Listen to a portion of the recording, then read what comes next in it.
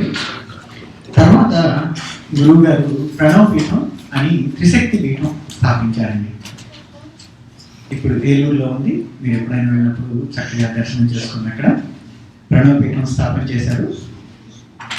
ఇప్పటి వరకు సుమారుగా 800 అష్టావధానాలు, 12 శతావధానాలు, ఒక త్రిభాష మహాసహస్రావధానం, తెలుగు, హిందీ, సంస్కృతంలో త్రిభాష మహాసహస్రావధానం చేసిన ఏకైక అవధాని గారు. ప్రణవపీఠం ద్వారా లక్షలాది మందికి ఉపదేశం ఇచ్చారు. మనందరికీ ధర్మ సందేహాలు ప్రోగ్రాం ద్వారా ధర్మ సందేహాలు, కాశీఖండము, శ్రీ ఆంజనేయము మొదలగు ప్రోగ్రాం ద్వారా మనందరికీ సుపరిచితం. అన్ని ఛానళ్లలో గురువు గారి ఆధ్యాత్మిక ప్రవచనాలు ప్రతిరోజు ప్రసారం అవుతూ ఉంటాయి, ఇప్పుడు నడుస్తున్నాయి. ఇదే కాకుండా చాలా రచనలు చేశారు. నీలకంఠేశ్వర శతకము, సత్యసాయి సప్తశతులు, కలకింకిణులు, ఇంకా ధర్మ సందేహాలు, ఇంకా చాలా రచనలు చేశారండి. పత్రికల్లో కానీ వ్యాసాలు రాశారు. చాలా ఆయన రచనలు ఉన్నాయి. గురువు గారి జీవిత చరిత్ర మీద సముద్రాల వేదాంతాచార్యులు గారు ఒక పిహెచ్డి చేశారు నాగార్జున యూనివర్సిటీలో.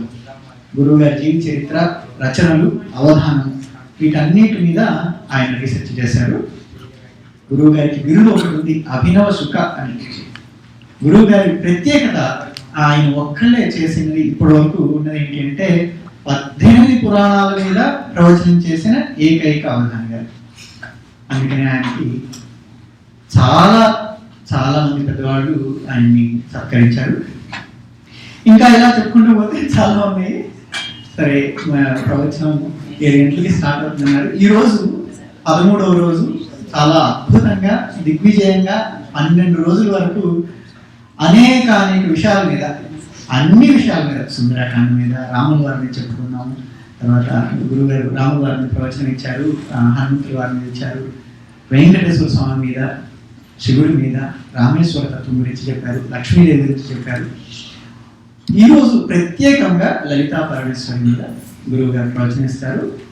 ఈ రోజుతో 13 రోజులు గురువు గారి ప్రోగ్రాము, గురువు గారి కార్యక్రమం పరిసమాప్తం అవుతుంది. రేపు మరి శాన్ హోజే వెళ్తున్నారు. ఈ రోజు అద్భుతమైన ప్రోగ్రామ్ మనము విన్నాము. ఇంకొక విషయం, క్రితం వారం గురువు గారి చేతుల మీద అన్నదానం కూడా దేవాలయం వాళ్ళు స్టార్ట్ చేశారు. సో ప్రతి వారము అన్నదానం కూడా జరుగుతుంది ఇక్కడ, ప్రతి శనివారం. ముందుకు వెళ్ళినప్పుడు దేవాలయం వారి కోరిక ఏంటి అంటే నిత్యాన్నదానం జరగాలి అని ప్రస్తుతం ప్రతి శనివారం జరుగుతుంది. సరే, మరి మీ మధ్యలో నేను అడ్డు లేకుండా గురువు గారిని మనందరి తరఫున ప్రార్థిస్తూ ప్రవచనం స్టార్ట్ చేద్దాము. అనసూయ గారు ఇప్పుడు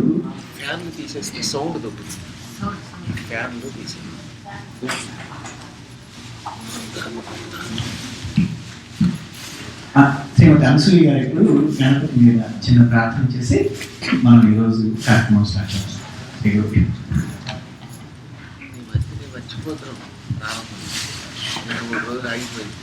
మళ్ళీ ఇవాళ పునర్వైభవం అన్నమాట. గజాననా హే శోభాననా గౌరీ మనోహర ప్రియ నందనా గజాననా హే శోభాననా గౌరీ మనోహర ప్రియ నందనా మహాగణపతే గజవదనం మహాగణపతే గజవదనం గౌరీపుత్రం వినాయకం హే గజానన హే శోభాననా గౌరీ మనోహర ప్రియ నందనా ఓంకారేశ్వర గణేశ్వరం ఓంకారేశ్వర గణేశ్వరం జయ విజయీ భవ నమోస్తుతే హే గజానన హే శుభాననా గౌరీ మనోహర ప్రియ నందనా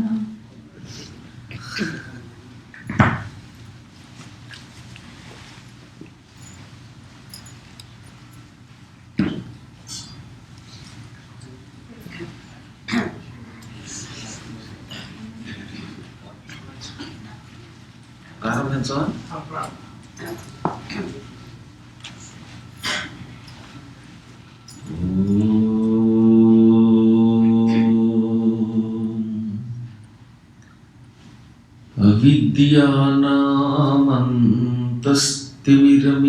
అవిద్యానామంతస్తిమిరమిహిరద్వీపనగరీ జడానాం చైతన్యస్తవకమకరందశ్రుతిఝరీ దరిద్రాణాం చింతామణిగుణనికా జన్మజలధౌ నిమగ్నానాం దంష్ట్రామురరిపువరాహస్య భవతి శుక్లాంబరధరం విష్ణుం శశివర్ణం చతుర్భుజం ప్రసన్నవదనం ధ్యాయేత్ సర్వవిఘ్నోపశాంతయే వందే గురుపదద్వంద్వమవాङ्మానసగోచరం రక్తశుక్లప్రభామిశ్రమతర్క్యం త్రైపురం మహగా నారాయణం నమస్కృత్య నరం చైవ నరోత్తమం దేవీం సరస్వతీం వ్యాసం తతో జయముదీరయేత్. శ్రియః కాంతాయ కళ్యాణ నిధయే అర్థినాం శ్రీవేంకట నివాసాయ శ్రీనివాసాయ మంగళం.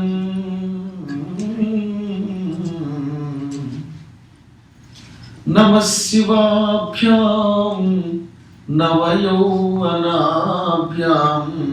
పరస్పరాశ్లిష్టవపుర్ధరాభ్యాం నగేంద్రకన్యా వృషకేతనాభ్యాం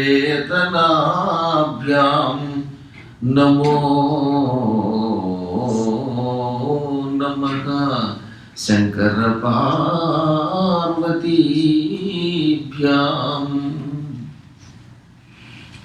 ఆదిత్యాయ చ సోమాయ మంగళాయ బుధాయ చ గురుశుక్రశనిభ్యశ్చ రాహవే కేతవే నమః.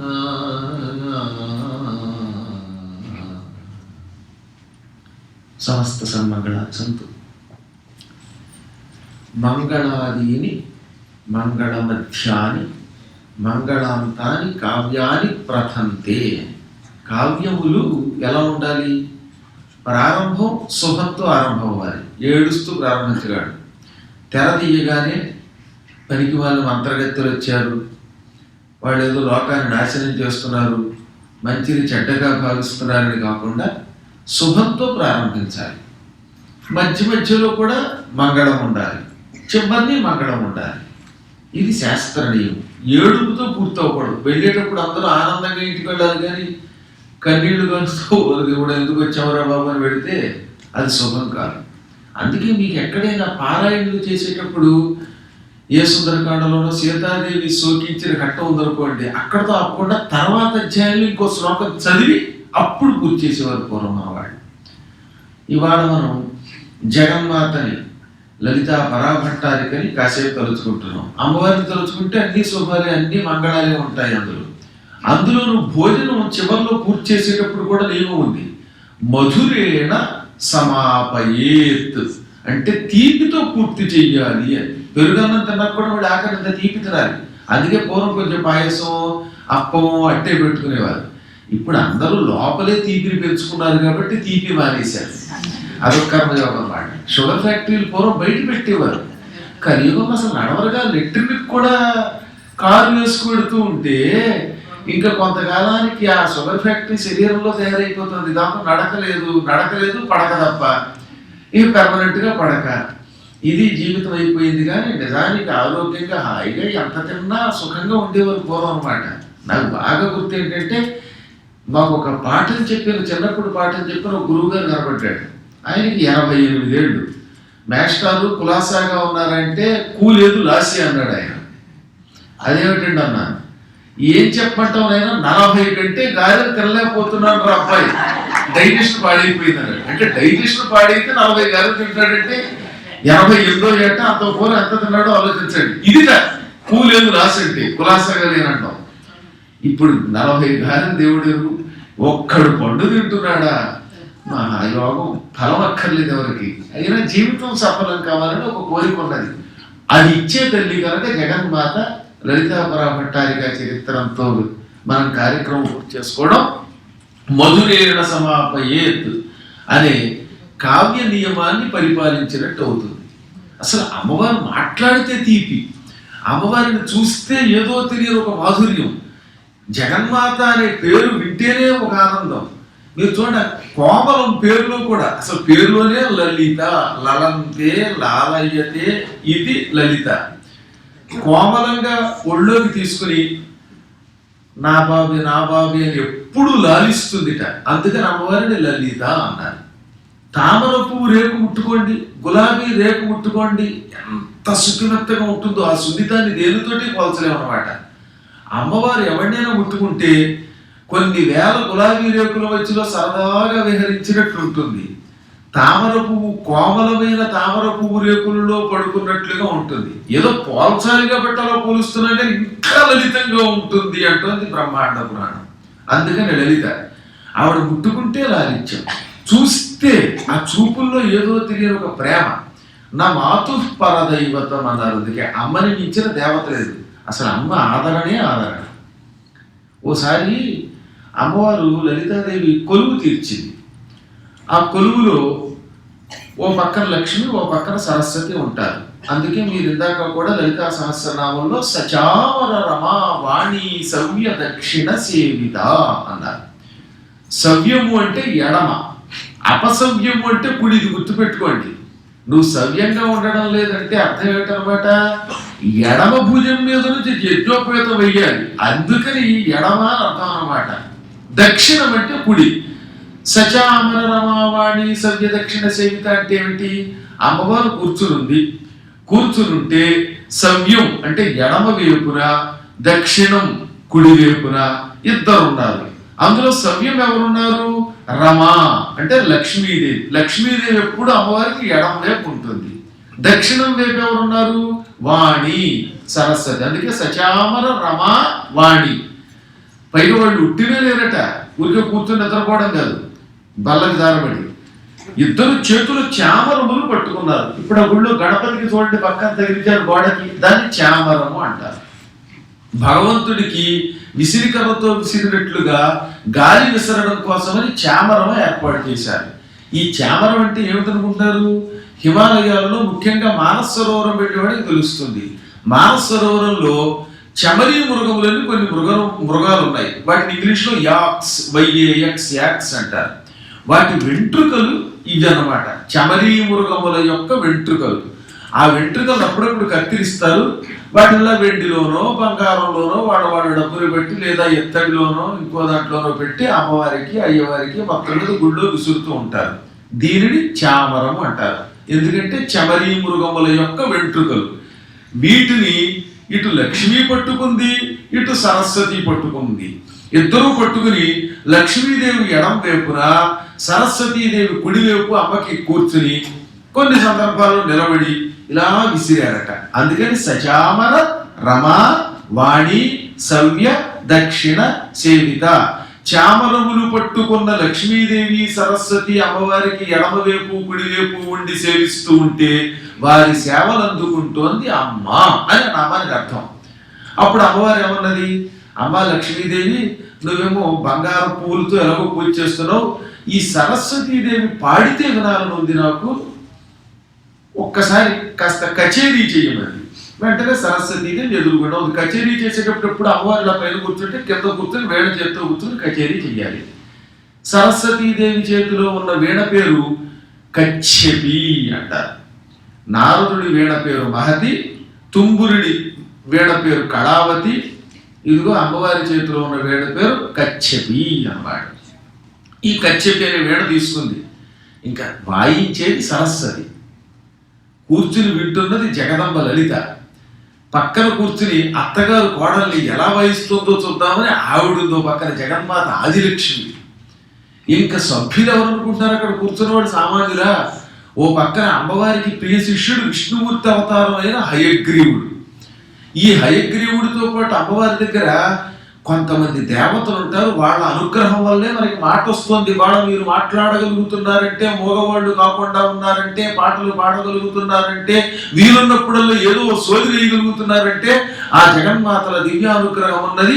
వారిని వాగ్దేవతలు అంటారు. వసిని, కామేశ్వరి, మోదిని, విమల, అరుణ, జయిని, సర్వేశ్వరి, కౌళిని, ఈ 8 మందిని వాగ్దేవతలు అంటారు. వీళ్ళే లలితా సహస్రనామం రాశారు. అందుకే ఇంకా ఏ సహస్రనామానికి లేని అపూర్వ శక్తి లలితా సహస్రనామానికి ఉన్నది. తక్కిన సహస్రనామాల్లో ఏమంటారు? వేదం వ్యాసో భగవాన్ ఋషి అంటున్నాం లేదా విష్ణు సహస్రనామంలో.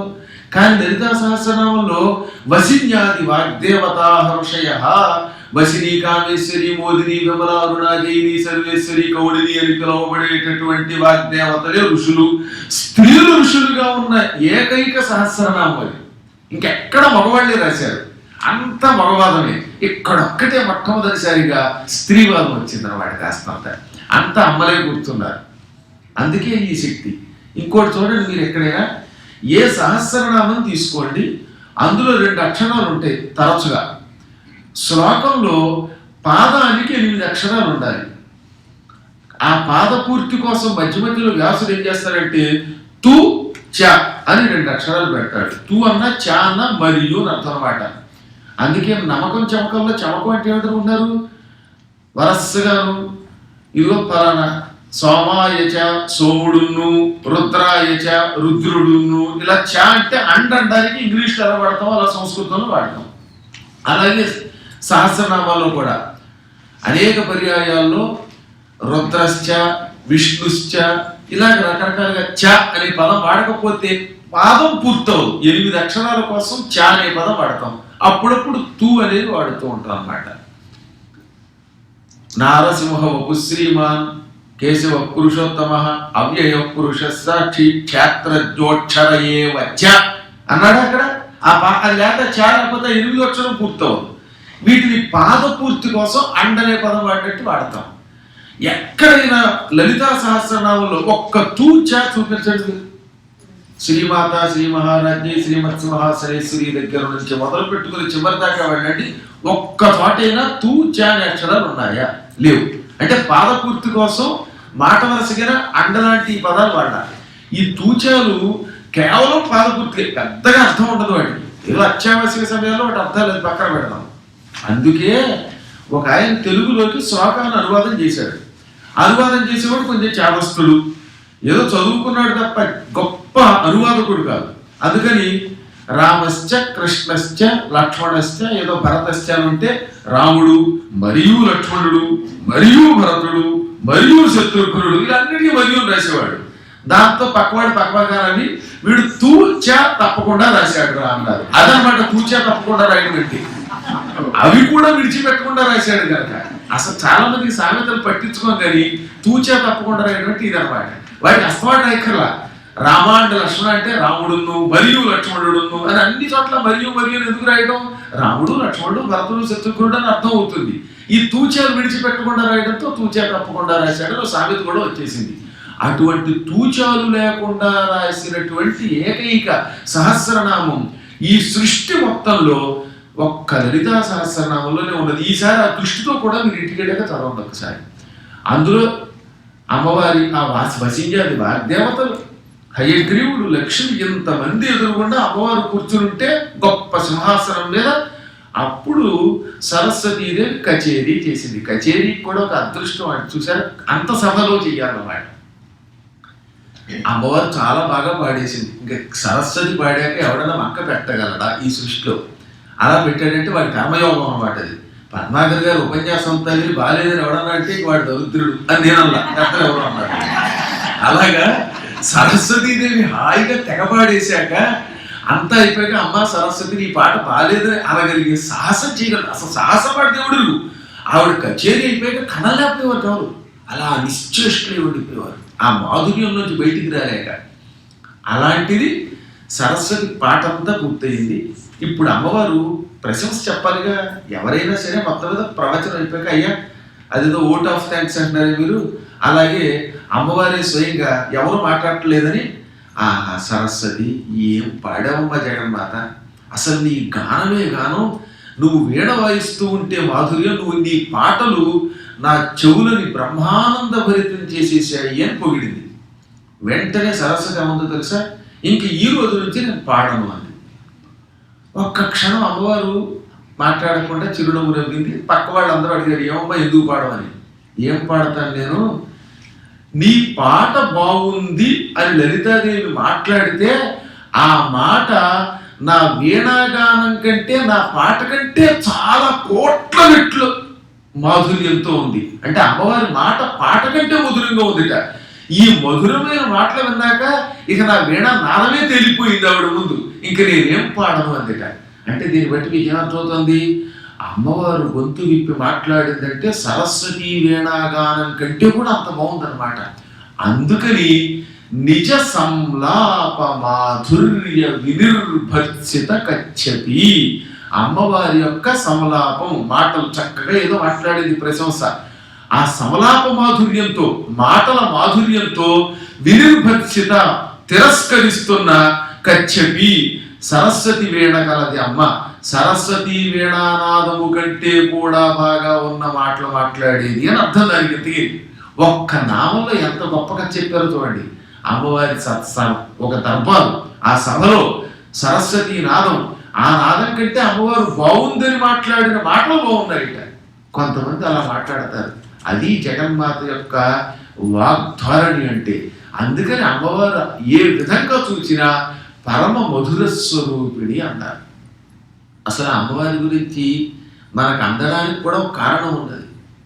ఒకప్పుడు అమ్మవారి దేవతలు చాలామంది ఉన్నారు. అమ్మవారి శిష్యురాడు, అమ్మవారి లోకంలో ఉన్న దేవతా శక్తులు లక్ష లక్ష కోటయ అన్నాడు దేవీ భాగవతంలో మణిద్వీప వర్ణనలో. లక్షలు లక్షలు కోట్లట, అవి ఎన్నున్నాయో లెక్క పెట్టలే అమ్మవారి శక్తులు. ఈ జగత్తులో మనం అనుకున్న భూమి ఇది ఒకటి అనుకుంటారేమో, అనేక కోటి బ్రహ్మాండాలు ఉన్నాయి, ఎన్నున్నాయో లెక్కలేదు. వాటిని అసలు మానవమాత్రుడు వాడు గణన చేయలేడు. ఏదో మనం కొంత ప్రాంగణంలో ఉండి ఇది భూలోకం, అది స్వర్గలోకం, ఇది పాతాళలోకం, పైన సూర్యుడు, కొన్ని నక్షత్రాలు, కొన్ని గ్రహాలు కనపడుతున్నాయి అనుకుంటున్నాం. ఇటువంటివి ఈ చరాచర జగత్తులో ఎన్నున్నాయో తెలియదు.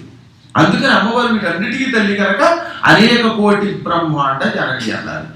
ఈ జనని గొప్పతనం ఎంతో కొంత తెలుసుకోవాలి, ఆవిడ్ని పూజించాలి అని అందరికీ అనిపించింది. అందుకని అమ్మవారి దగ్గర ఉండేటటువంటి పరివార జనంతో పాటు భక్తులు, త్రిమూర్తులు ఇలాంటి వాళ్ళంతా ఒక రోజున అమ్మవారి దగ్గరకు వచ్చి, అమ్మ జగదంబ శ్రీ లలితా పరాపట్టారిక నీ పాదపద్మాలకి నమస్కారం చేస్తున్నాం.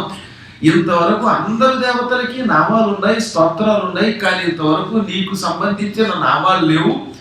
నీ సహస్రనామం కూడా మాకు అందిస్తే మేము నిత్యం పూజిస్తాం, కనీసం ఏ శుక్రవారమో ఖాళీ ఉన్నప్పుడు చేసి తరిస్తాం, మా కోసం సహస్రనామాలు ఇమ్మని అడిగారు.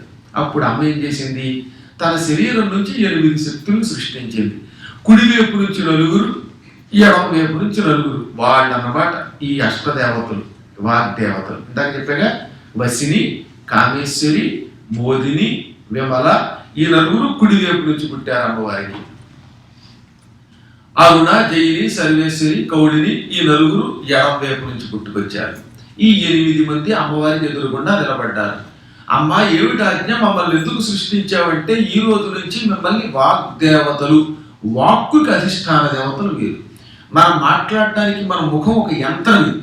ఈ యంత్రంలో ఒక్కొక్క చోట నుంచి ఒక్కొక్క శబ్దం వస్తుంది. ఆ శబ్దం తెలుసుకుని మాట్లాడాలి. అందుకే శుక్లాంబరధనం అనకూడదు, అది ఒక దరిద్రపు జాతి వాడే లక్షణం. శుభ్రంగా శుక్లాంబరధనం, ఏ శబ్దం ఎలా పలకాలో ఉంది. అగుహ విసర్జనీయానాం కంఠ, అ అనండి కణుచి పలుకుతాం కంఠం నుంచి, క అనండి కణుచి పలుకుతాం, హ అనండి కణుచి పలుకుతాం. అదొక నియమం. స అనగానే దంతాలు పైకి లేస్తాయి, దంత్యం అన్నారు దాన్ని. శ అన్నప్పుడు సీతారాముల్లో సా కాకుండా శ్రీరాముల్లో స అని తాళవ్యం అన్నారు. కొన్ని ముక్కుతో పలుకుతాం, ఇញ, ఇని, నా, నా, మా, సున్నా ఇవన్నీ ముక్కుతో పలుకుతాం. ఇవి అనునాసికాలు. ఇలా శబ్దాలన్నీ ఈ ముఖయంత్రం నుంచి వస్తున్నాయి. ఏ శబ్దం ఎక్కడి నుంచి పలకాలో ఈ వాగ్దేవతలే ఇవ్వాలి. ఓ వాగ్దేవతలారా, ముఖయంత్రంలో ఉండి మానవులకి వాక్కులు ఇవ్వండి. మిమ్మల్ని తలుచుకున్నటువంటి వాడు పరమత్రాష్టుడైనా భ్రష్టుడైనా వాడు ఎప్పుడూ జీవితంలో పుణ్యం చేయకపోయినా వారిని అనుగ్రహించి వారికి వాక్శక్తిని ఇవ్వండి. ఆ వాక్శక్తి ఇవ్వడానికి వీలుగా ఈ భక్తులు కోరుతున్నారు కాబట్టి నా కోసం ప్రత్యేకంగా సహస్రనామ స్తోత్రం రాయండి, నామ సహస్ర స్తోత్రం అన్నది. వాళ్ళు అలాగేనన్నారు. ఏకాంతంగా అమ్మవారిని పూజించి కూర్చుని అదిగో వాళ్ళు రాసిందే ఈ శ్రీమాత దగ్గర నుంచి మొదలుపెట్టి చెట్ట చివరి శ్రీ శివ శివశక్తి ఐక్య రూపిణి లలితాంబిక 183 శ్లోకాలలో 1008 నామాలు మహావైభవంగా రాశారు. ఆ అమ్మవారి కోసం వాగ్దేవతలు రాసినటువంటి స్తోత్రాన్ని అమ్మవారికి ఒకనాడు మణిద్వీపంలో 2 సభలో వినిపించారు. మామూలు సభ కాదు, మహాద్భుత దివ్య సభ అన్నమాట. ఆశ్చర్యం ఏంటంటే ఋషులు వచ్చారు, దేవతలు వచ్చారు, సురసిద్ధ సాధ్య నరకెన్నర పన్నగ యక్ష చారణాసుర విద్యాధర గంధర్వాది జాతులు వాళ్ళందరూ వచ్చారు. త్రిమూర్తులు వచ్చారు, త్రిమాతలు వచ్చారు. అందరూ కింద కూర్చుని ఉన్నారు. అమ్మవారు ఒక ఆసనం మీద కూర్చుంది. అదిగో అమ్మవారు కూర్చున్న ఆసనం మామూలు సింహాసనం కాదు, పంచప్రేతాసనాసీన అమ్మవారు. అమ్మవారి ఆసనానికి పంచప్రేత ఆసనం అని పేరు. అంటే ఏమిటి?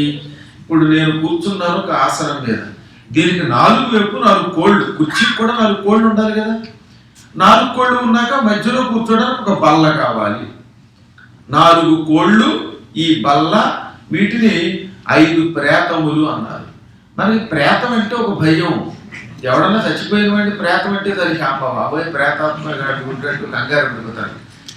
ప్రేత ప్రేత ఎంతకంటే గొప్పది లేదు అని అర్థం అన్నమాట. ఎందుకు ఎంతకంటే గొప్పది లేదంటే బతికున్నప్పుడు నువ్వు ఎవరికైనా ద్రోహం చేస్తావు, నీకు చచ్చాక ద్రోహం చేసే అవకాశం లేదు కనుక.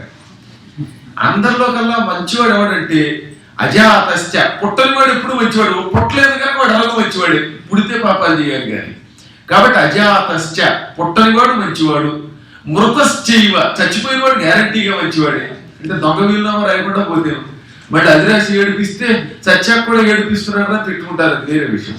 సాధారణంగా చచ్చిపోయిన వాడు తిట్టలేడు, మాట్లాడలేడు కనుక వాడు మంచివాడే. భిత్తవు లిఖిత ఏవచ, గోడ మీద ఎవరైనా చిత్రించావు అనుకోండి వాడు ఎలాగో మాట్లాడలేడు, గోడ మీద బొమ్మ ఏం మాట్లాడుతుంది. అందువల్ల వాళ్ళు ఈ 3 మంచివాడు అని పేరు. మనం చచ్చిపోయిన శవానికి కూడా మంచి పేరు పెట్టాం, ప్రేత అంటే చాలా ఉత్తమమైనది, ప్రకృష్టమైన యతః, ఎంతకంటే మంచిది లేదు అని. పాప ఒక వ్యక్తి అలా పడిపోయి ఉన్నాడు. వాడి దగ్గరికి వెళ్ళి ఎంత ఏడిస్తే మాత్రం పలుకుతాడా? లేదా పక్కకి వెళ్ళి బతికున్న రోజుల్లో నన్ను ఎంత ఏడిపించావరా, బాగా అయ్యావు అంటే వాడికి అర్థమవుతుందా? లేదా శాండియాగో వచ్చి 13 రోజులు ఉపన్యాసం చెప్పావని పొగిడి మీరు దండేస్తే మాత్రం వాడికి అందుతుందా దండ? బతికుండగా వెయ్యాలి కదా దండ. అంచేత ఏమైపోయినా పాపం ఆ పడుకున్నవాడు ఆత్మ వెళ్ళిపోయింది కనుక, ప్రాణాలు వెళ్ళాయి కనుక వాడు మాట్లాడలేడు కనుక వీడు ఉత్కృష్టుడు మంచివాడు అనడానికి ప్రేత అన్నారు. అటువంటి 5 మంచి మనుషుల మీద అమ్మ కూర్చున్నది, ఒక ఉత్తమ దేవతల మీద కూర్చున్నది. అది పంచ ప్రేత మంచ ఆసనాసీన, 5 ప్రేతముల యొక్క ఆసనము మీద. అది కూడా మంచం, సంస్కృతంలో మంచ, తెలుగులో మంచం అయిందనమాట. అదే మంచె అని కూడా అంటాం. దాని మీద అమ్మ కూర్చుని ఉన్నది, ఆసీన కూర్చుంది. ఇంతకీ ఎవరు 5 అంటే బ్రహ్మ విష్ణుశ్చ రుద్రశ్చ ఈశ్వరస్య సదాశివః ఏతే పంచఖురా ప్రోక్తాః ఫలకస్తు సదాశివః.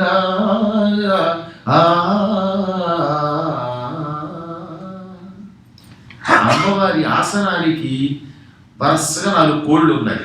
ఒక కోడు బ్రహ్మ, మనం పెట్టుకునే ఐరన్ రాడ్డుకు బదులుగా బ్రహ్మగారు ఒక కోడుగా ఆ మంచాన్ని మోస్తున్నాడు. 2వ వాడు విష్ణువు, 3వ వాడు రుద్రుడు, నాలుగో వాడు ఈశ్వరుడు. రుద్రుడు వేరు, ఈశ్వరుడు వేరు తెలియకపోతే చాలా ఇబ్బంది. సదాశివుడు వేరు, సదాశంకరుడు వేరు, రుద్రుడు వేరు, ఈశ్వరుడు వేరు. అమ్మో, ఈశ్వర భేదాలు చాలా ఉన్నాయి. విష్ణువులో 3 భేదాలు ఉన్నాయి, బ్రహ్మలలో 3 బ్రహ్మలు ఉన్నారు. ఇవి తెలియాలంటే క్రమంగా బ్రహ్మాండ పురాణం, దేవీ భాగవతం లాంటిది ఎప్పుడోసారి వినాలి. ఓ ఏడాది చెప్పాలి నేను పురాణం. అంత ఇబ్బంది అనమాట. దాంట్లో అంత మహత్తరమైన శక్తులు ఉన్నాయి వాటిలో. కానీ ఈ 4 కోళ్ళుగా వీళ్ళు కూర్చున్నారు. ఉత్తి కోళ్ళు ఉంటే లోపల మధ్యలో బల్ల ఉండాలిగా, ఫ్లాట్. సంస్కృతంలో పలకము అంటాం, అదే తెలుగులో పలక అయింది. తెలుగులో పలక మీద రాసేటంటే సంస్కృతంలో పలకం అనమాట. ఇంకా మాట్లాడితే అదే బల్ల అయిపోయింది. ఈ బల్ల కావాలి. ఈ బల్ల ఎవరంటే సదాశివ, ఫలకస్తు సదాశివ. సదాశివుడు అని ఒకడు ఉంటాడు. అందుకే లలితాదేవి ఆలయాలకు వెడితే శివుడు లాంటి ఆకారం ఉంటుంది. ఆకారం మీద కూర్చుందనమాట. ఒక కోడు బ్రహ్మ, ఒక కోడు విష్ణువు, ఒకటి రుద్రుడు, ఒకటి ఈశ్వరుడు, మధ్యలో బల్ల సదాశివుడు. ఆ సదాశివ పర్యంకం మీద, మంచం మీద, ఆసనం మీద హాయిగా కూర్చుందమ్మ. అది ఆవిడ సింహాసనం.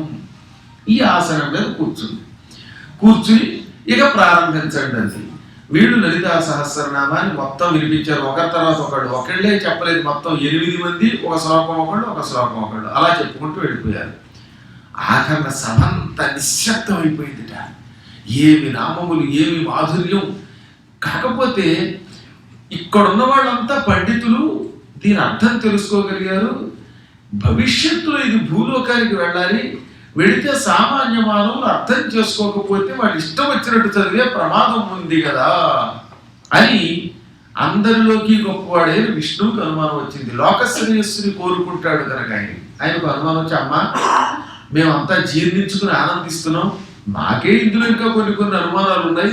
అటువంటిది ఇంకా భూలోకవాసులు ఎలా చదువుతారో రేపు పొద్దున్న కొంపదీసి అటు చదవలసింది ఇటు చదవలసింది ఇటు చదివితే వాళ్ళకి అర్థం కాదేమో. అప్పుడేం చెయ్యాలంటే, నువ్వు అర్థం చెప్పే బాధ్యత తీసుకోండి. ఆవిడ వెంటనే ఎవరు అడిగారో వాళ్ళకే అంటగట్టింది ఆ బాధ్యత. అప్పుడు శ్రీ మహావిష్ణువు హయగ్రీవుడు అనే పేరుతో అవతారం ఎత్తి భూలోకానికి వచ్చాడు. ఇప్పుడు మీరు ఎప్పుడైనా అస్సాం వెళ్ళండి, అక్కడ గౌహతిలో దిగండి. ఆ గౌహతికి దగ్గరలోనే కామరూపాదేవి అని అమ్మవారు కొండ మీద ఉంటుంది.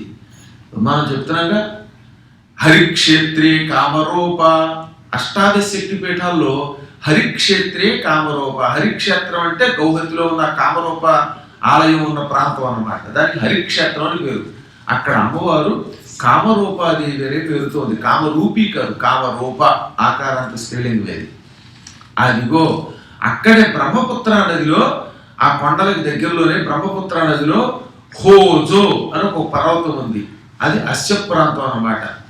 ఆ కొండ మీద హయగ్రీవుడికి గుడి ఉంటుంది. నేను కొన్ని 100 మందిని తీసుకెళ్ళి అక్కడ భాగవతం, దేవి భాగవతం నవాహన చేసినప్పుడు వారందరికీ చూపించాను. మీకు వీలున్నప్పుడు వెళ్ళాలి. వెళ్ళినప్పుడు అందులో ఉన్న ఆ హయగ్రీవ పర్వతం, దాని మణిపర్వతం అని కూడా అంటారు. ఆ పర్వతం మీద హయగ్రీవుడు ఆలయం ఉంటుంది. అగస్త్యుడు ఉంటాడు. అమ్మవారిని ఆయన పూజించాడు. అక్కడే లలితా సహస్రనామాన్ని బోధించాడు అనమాట.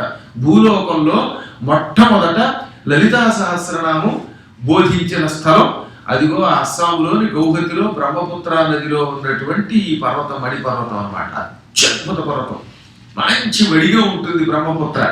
ఆ వడిలో పడవలో వెళ్ళి భయపడక్కర్లేదు రండి. వాయిదారి భయం ప్రతి వాడికి. భయం ఎందుకు? ఎక్కడ పోయేవాడు అక్కడ పోయే కాలం వస్తే ఎవడో ఆపలేడు. ఆయువు ఉన్నంతకాలం ఎవరో ఏం చేయలేరు. అక్కడ కాసేపైనా తపస్సు చెయ్యాలి. సిద్ధభూమి అది. అక్కడ భూలోకంలో చాలా కాలం హయగ్రీవుడు తపస్సు చేశాడు. ఒక్కసారిగా లలితా సహస్రనామం భూలోకానికి రాలేదు.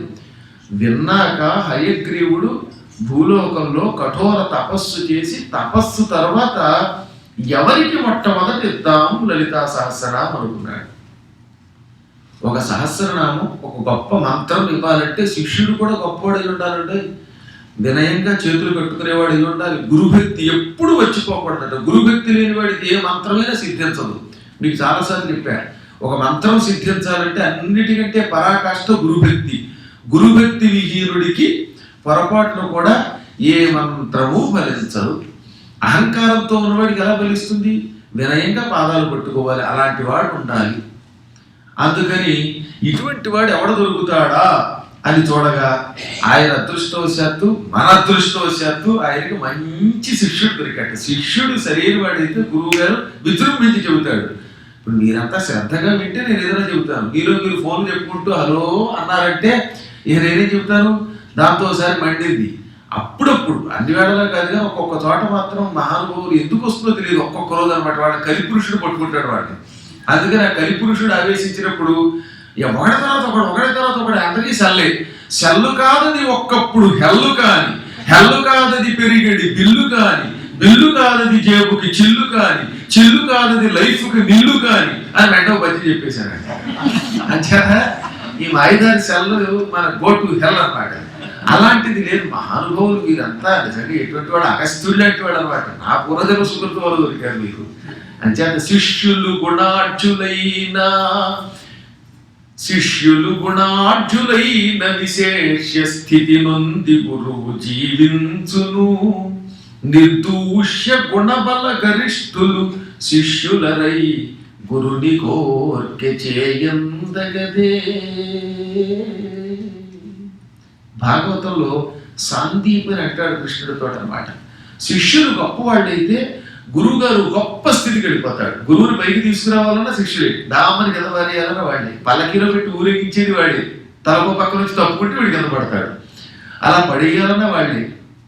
మీలాంటి ఉత్తమ శిష్యులు దొరకడం నా అదృష్టం, నా జాతకమే మారిపోయింది అన్నాడు. నిజంగా కృష్ణుడు శిష్యుడు కాకపోతే సాందీపని పేరు మనం తలుచుకుంటామా? అలాగే అగస్త్యుడిని తలుచుకోవాలంటే లలితా సహస్రనామం రావాలంటే మంచి శిష్యుడు రావాలి. ఒక రోజున తీర్థయాత్రలు చేస్తూ తన భార్య లోపాముద్రతో అగస్త్య మహర్షి అక్కడికి వచ్చాడు. అసలు ప్రపంచమంతా తీర్థయాత్రలు చేసిన మహానుభావులు ఆ రోజుల్లో అగస్త్యుడు అనమాట. ఎప్పుడు వాడండి ఆయన కృతయుగంలో పుట్టినవాడు. ఎన్ని తీర్థయాత్రలు చేశాడు. కాలిఫోర్నియా వచ్చాడు, అక్కడికి వెళ్ళాడు, అస్సాం వెళ్ళాడు, మళ్ళీ అస్సాంలో ఉన్నాడంటే లండన్ వెళ్ళాట. థేమ్స్ నదీ తీరంలో కూర్చొని తపస్సు చేశానని చెప్పాడు ఆయన ఏకంగా. ఓ అది బాబాయ్ తిరగని చోటట్టు లేదనమాట. భార్యతో పైగా పెళ్ళానింట్లో వదిలేసి నాకు నేనే నీకు నీవే అని విడాక్తర్ వెళ్ళాలి. భార్య సమేతంగా వెళ్ళాలి యాత్రకి. ఎక్కడికి వెళ్ళా సరే ఆయన వీసా ప్రాబ్లం లేదు. ఇప్పుడు నేను వెళ్ళాలి, మరి ఏం చేయాలి? నేను నెక్స్ట్ ఇయర్ అంటే రావణ గారు వీసా తెప్పిస్తారు కాబట్టి వస్తాను. ఈ లోపు కొంత ఇబ్బందే కదా. ఈ ఇబ్బంది ఆయనకి లేదు. పైగా ఆయన ఆకాశగమనం, ఆకాశంలో ఆయన పెడుతుంటే ఏ రాడారు పట్టుకోలేదు ఆయన. అది ఆయన గొప్పతనం. ఎక్కడికి కావాలంటే ఎక్కడికి వెళ్ళగలడు. అది తపశ్శక్తి అంటే ఆ మహానుభావులు అనుకోండి. ఈ విధంగా లోపాముద్రా సమేతంగా వచ్చాడు. వచ్చి చూడగానే మడి పర్వతం కనపడింది. ఈ పర్వతంలో ఇంత పూర్వం ఎప్పుడూ లేని ఒక కాంతి కనపడుతుంది. తెల్లని కాంతి ఆ పర్వతం మీద నుంచి వస్తుంది. ఏమిటా అని వెళ్ళి చూస్తే తెల్లగా మంచి గుర్రపు తలతో ఒక ఆయన జపం చేస్తున్నాడు. అర్థమైపోయింది విష్ణు అని. విష్ణుమూర్తి అవతారాల్లో తెల్లని అవతారం ఇది ఒకటి. వామన అవతారంలో ఎర్రగా ఉండేవాట. హయగ్రీవ అవతారంలో తెల్లగా ఉండేవాడు. రేపు కల్కి అనే పేరుతో అవతారం ఎత్తబోతున్నాడు కొన్ని లక్షల సంవత్సరాల తర్వాత. అప్పుడు ఆయన పసుపు పచ్చ రంగులో ఉంటాడట. పూర్తిగా పసుపు పచ్చ రంగులో, అంటే సన్ఫ్లవర్ అంటానే ఆ పువ్వు పొద్దుతిరుగుడు పువ్వు రంగులో ఉండి గిరజాల జుట్టుతో 25 కుర్రవాడిగా ఉండి కత్తి పుచ్చుకుని గుర్రం ఎక్కి వస్తే వాడు కలికి అవతారం అంటే. బట్టపురతో ఉన్నవాడు కాదు కలికి అవతారం అంటే. అది మాత్రం గుర్తుపెట్టుకోండి. అంటే పసుపు రంగులో ఉండాలి ఆయన. ఇలా ఒక్కొక్క అవతారంలో ఒక్కొక్క రంగులో. కృష్ణుడిగా ఉన్నాడు అనుకోండి, చక్కగా నల్లగా ఉంటాడు. నీలమేఘ ఛాయాశరీరుడు. ఎందుకయ్యా నల్లగా ఉన్నామంటే చమత్కారం చేశాట గర్గభాగవతంలో. అన్ని అవతారాల్లోనూ కృష్ణావతారంలో ఇంత నల్లగా ఎందుకు వచ్చామంటే ఎండలో తిరిగితే నాకేం బెంగలేదు అన్నట్టు. మాడిపోతానంటే బెంగలేదని. కృష్ణుడు చాలా కొంటివాడు, తమాషాగా మాట్లాడతాడు. హాస్యం ఉండాలి అన్నింటిలోనని ఆయనకి తెలుసు. ఏ హాస్యం ఎప్పుడు తీసుకుపోయి కూర్చుంటే దిక్మాల మొహంలో ఏముంటుంది కళ. అందుకని అమ్మవారు కూడా చిరునవ్వుతూనే ఉంటుంది. సరే ఇవన్నీ పక్కన పెడితే హయగ్రీవ అవతారం తెల్లనిది. వెంటనే 2 చేతులు జోడించాడు. జ్ఞానానందమయం దేవం నిర్మల స్ఫటికాకృతిం ఆధారం సర్వ విద్యానాం హయగ్రీవముపాస్మహే.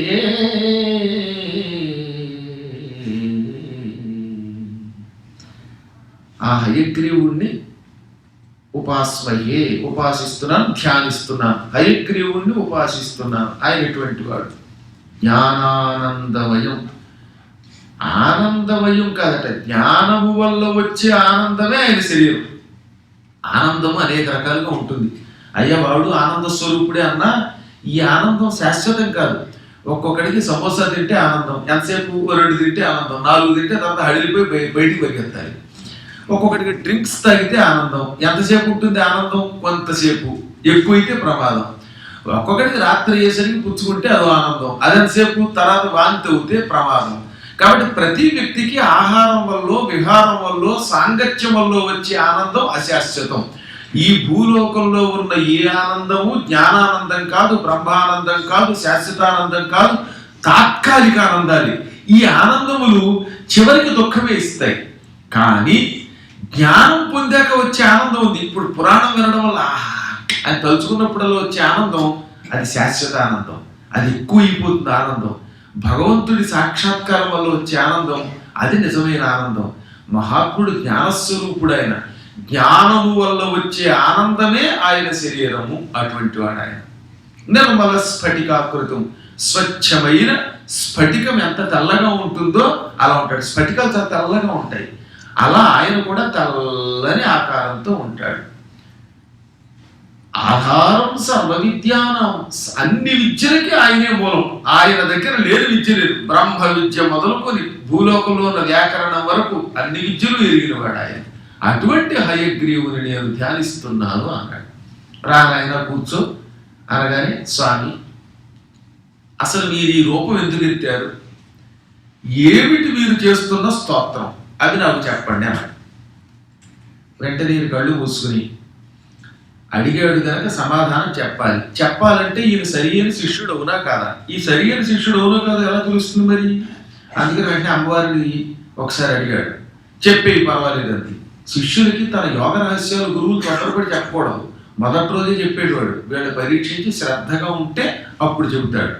లేదా యోగ శక్తి వల్ల ఎదురుగా ఉన్న శిష్యుడు అర్హుడు అనుకుంటేనే మంత్రం ఇస్తాడు. ప్రతివాడికి మంత్రం ఇచ్చేలేడు గురువు కూడా, పుచ్చుకోరు లేడు వాడు కూడా. అందువల్ల హయగ్రీవుడికి అగస్త్యుని గొప్పతనం అర్థమయ్యింది.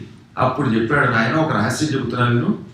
పూర్వం ఒకప్పుడు శ్రీ మహావిష్ణువు పాల సముద్రంలో నిద్రపోయాడు, గాఢంగా నిద్రపోయాడు. ఆ సమయంలో దేవతలకి రాక్షసులకి ఘోర యుద్ధం జరిగింది. ఒక రోజులు కదట, సహస్ర సమమాసత 1000 సంవత్సరముల పాటు దేవదానవులకు యుద్ధం జరిగింది. ఆ యుద్ధంలో రాక్షసులతో పోరాడుతూ దేవతలకి సాయం చేస్తూ చేస్తూ విష్ణుమూర్తి యుద్ధంలో ఇక ఓపిక లేక అలిసిపోయి హఠాత్తుగా సముద్రంలోకి వెళ్ళిపోయి సముద్రంలో ఏకాంతంగా నిద్రపోయాడు. ఎవరికి కనపడకుండా. నిద్రపోయేవాడికి తలగడ కావాలి కదా, ఈ ధనుస్సుల ఎక్కువ పెట్టి ఆ తాడు మీద తలపెట్టి నిద్రపోయాడు. ధనుస్సుకి విల్లుకి ఒక అల్లితాడు ఉంటుంది. ఆ తాడు ఉంటేనే మనం బాణం ఎక్కువ పెట్టి వేయగలం. ఆ తాడు మీద తలపెట్టి, ఆ తాడు కూడా బాగా లాగి, ఎలాస్టిక్ లో ఉంటుంది ఆ తాడు, దాన్ని లాగి దాని మీద పెట్టుకుని నిద్రపోయాట. పాపం దేవతలు రాక్షసులతో యుద్ధం జరుగుతోంది, హఠాత్తుగా విష్ణువు మాయమైపోయాడు. ఇప్పుడు మనకి విజయం ఎలా వస్తుంది? విష్ణువు లేకపోతే విజయం పొందలేం.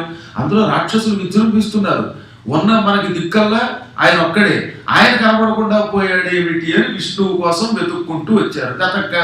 వెతగ్గా పాల సముద్రంలో గాఢంగా అల్లితాడు మీద తలపెట్టుకొని నిద్రపోతున్న శ్రీమన్నారాయణుడు కనపడగానే వీడు ఆశ్చర్యపోయి, ఈయన నిద్రపోతే ఎలాగా, ఈయన లేవాలి, లేచి మనకి సాయం చెయ్యాలి, ఈయన చేస్తే సాయం విజయం ఖాయం, లేదా చావడం తప్పదు అనుకుని లేపండి లేపండి అన్నారు. ఇక్కడే వచ్చింది తిప్పలు. ఇక్కడ గొప్ప శ్లోకం రాశారు దేవీ భాగవతంలో. ఎవడికి వాడే లేపండి అంటే మేము లేపం అన్నారట. ఎందుకని? లేపితే పాపం.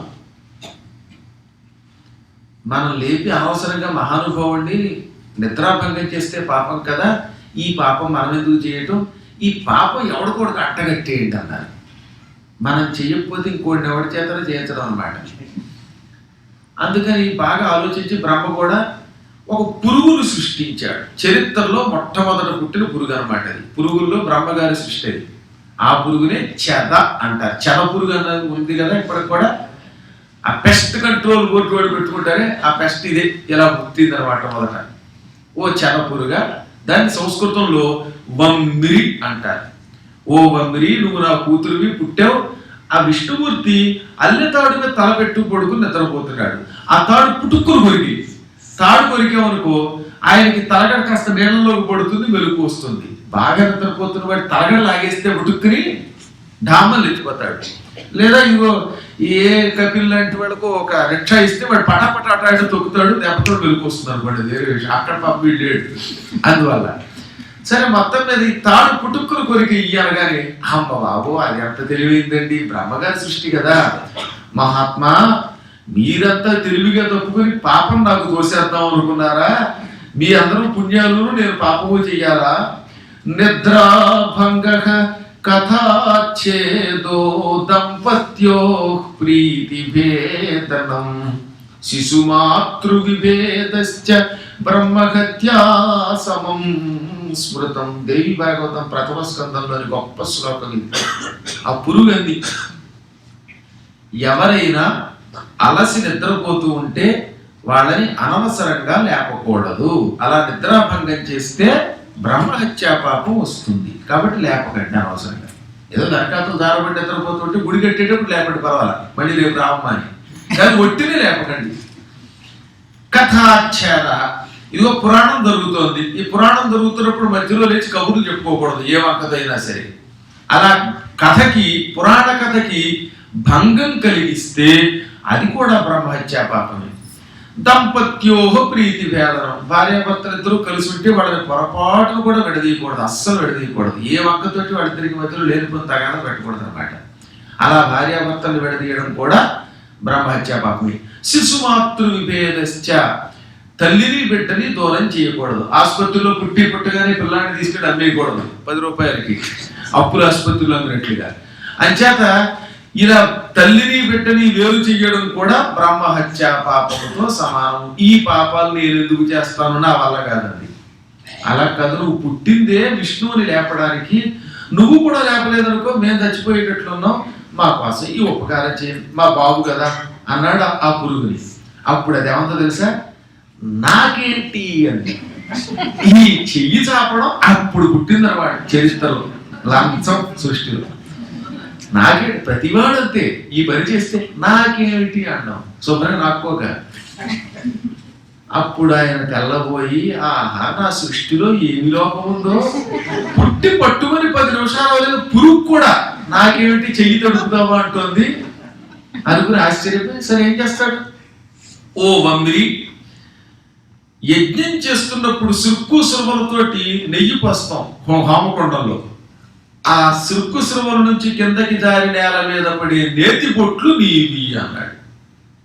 అప్పుడు అదండి, ఇంతేనా, సరిపోలేదు లంచం, కచ్చంగా నిండిపోవాలి, ఇంకేమన్నా ఇవ్వకూడదా అని ఇంకా బాగా ఆలోచించి, ఇక మీదట నేల మీద ఒలికిపోయిన ద్రవ పదార్థములన్నీ నీవి అన్నాడు. పెరుగు తీసుకొచ్చి వడ్డిస్తున్నాం, డబ్బుకి గిన్నె కింద పడిపోయింది, ఒలిగిపోయింది, ఇంకెత్తకూడదు. ఒలిగిపోయిన పెరుగు అంతా ఎవరు కట్టారు పద్మాకర్ గారు, మీరు వేసేసుకోండి అని నాకు వేయకూడదు, అది చన పురుగుది, అంతేగాని పెట్ట మీద పోయాలి కదా అని నా గడుపుని పెట్టగా చేసి అందులో పోయికండి. అలా ఏదైనా నేల మీద ఒలిగిపోతే. అందుకే మీకు రహస్యం చెప్పనా, కర్ణుడు ఒకసారి రథం తోలుకుంటూ పెడుతుంటే ఒక చిన్న పాప నెయ్యి పట్టుకెడుతుంది గిన్నె. ఎంతలో ఈ రథం మీదకి వచ్చేసరికి కంగారు పడి ఆ పిల్ల ఒడికి కింద పడిపోయింది, నెయ్యి గిన్నె నేల మీద పడిపోయింది. బాబోయ్ నా నెయ్యి మా అమ్మ చంపేస్తుందని ఏడ్చింది. దాంతో కర్ణుడు ఏం చేశాడు, ఆ భూమిని ఇలా పిండి ఆ నెయ్యి తీసుకొచ్చి గిన్నెలో పోసాడు. అప్పుడు భూమి ఏముంది, బ్రహ్మదేవుడు సృష్టి ఆరంభంలో చెదపురుక్కిచ్చాడు దీన్ని. నేల మీద ఒలికిన ద్రవం ఎత్తేవు కనుక నీకు వస్తుంది ఉపద్రవం, తొందరలో రథచక్రం భూమిలో కుంగిపోగా కానీ చెప్పించింది. అందువల్ల శాపం వచ్చింది, అయితే సరదాగా చెప్పించలేదు ఆవిడ. నేల మీద ఒలిగిపోయాక ఈ నెయ్యి అసలు ఆరోగ్యరీత్యా కూడా మంచిది కాదు. అయినా కొంతమంది ఆ గుడ్డంతలో పెట్టేసి ఏం అరగనట్టుగా నెయ్యి పిండేసి రాగానే వేస్తారు అన్నమాట. ఎంత కమ్మగా ఉందో అని అన్నపైగా, ఆ కమ్మగా కాదు దెబ్బ తిరుగుతుంది వీడికన్న వాడి. అందువల్ల నేల మీద ఒలిగిన ద్రవములన్నీ నీవి. మళ్ళీ ఘన పదార్థాలన్నీ మాత్రం మానవులు. ఘన పదార్థాలు మనకు కాకపోతే ప్రమాదం, అరటిపళ్ళు ఒలిగిపోయి తీసుకోకపోతే రేపటి మనం బతకలేము. ధాన్యం నేల మీద పోస్తాం, అవన్నీ మనవే. ఒక్క ఆవు పాలు, ఆవు నెయ్యి ఇలాంటి ద్రవములు మాత్రమే నేల మీద ఒలిగితే అవి నీవి. 2 సరిపోలేదట, 2 మీరిచ్చారు ముచ్చటగా.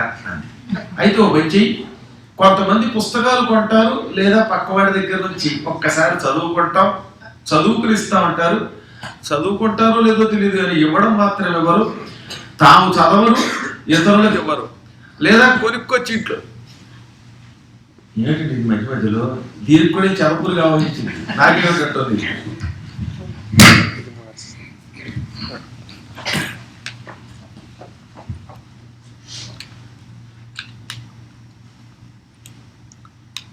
ఇది మళ్ళీ అయింది. వాసుదేవ జై శ్రీ మాతా శ్రీ మహారాజ్కి జై. అప్పుడు ఈ పుస్తకాలు చదవకుండా ఎక్కడో చోట మూల దాచేస్తే అలాంటి పుస్తకములన్నీ నీవే అన్నాడు. అదే వాడు చదవబట్టడం మొదలైంది అప్పటి నుంచి. పుస్తకాలు చదవరు, పైకి తీరు మూల పారేస్తారు, ఎందుకు అవి చెప్పండి. అసలు అది కూడా దోషం ఉన్నాడు. దారిద్ర్యానికి హేతు తెలిసినా చెత్త చెత్త కింద పెరిగిపోయి కదల్చకుండా ఉంచేస్తే ఏళ్ల తరబడి ఎవరికి ఇవ్వకుండా దానివల్ల లక్ష్మీదేవి కోపం వస్తుంది, చెదలు పడతాయి, కోపం కలుగుతుంది. ఈ మూడు ఇవ్వగానే ఈ చెద పురుగు విజృంభించింది, టక్కన వచ్చింది. శ్రీ మహావిష్ణువు తలపెట్టి నిద్రపోతున్న అల్లెతాడుని పుట్టుక్కును కొరికేసింది. ఆ తాడు కొరకగానే బాగా లాగి ఎక్కువ పెట్టబడింది కదా తాడు. ఆ తాడు మహావేగంతో పైకి లేచిపోయింది, మహాశబ్దంతో. భూ నభోంతరాళాలు దత్తనిళ్ళిపోయాయి అన్నమాట. భూ అంటే భూలోకం, నభ ఆకాశం, అంతరాళం అంటే మొత్తం ప్రాంగణం అంతా. భూ నభ అంతరాళం, భూ నభోంతరాళం అన్నమాట. ఇటు భూలోకం ఆకాశం అన్ని దద్దరిల్లిపోయి ఒక మహా శబ్దం పుట్టింది. ఆ శబ్దంతో పాటు ఈ తాడు పైకి లేచిపోయింది.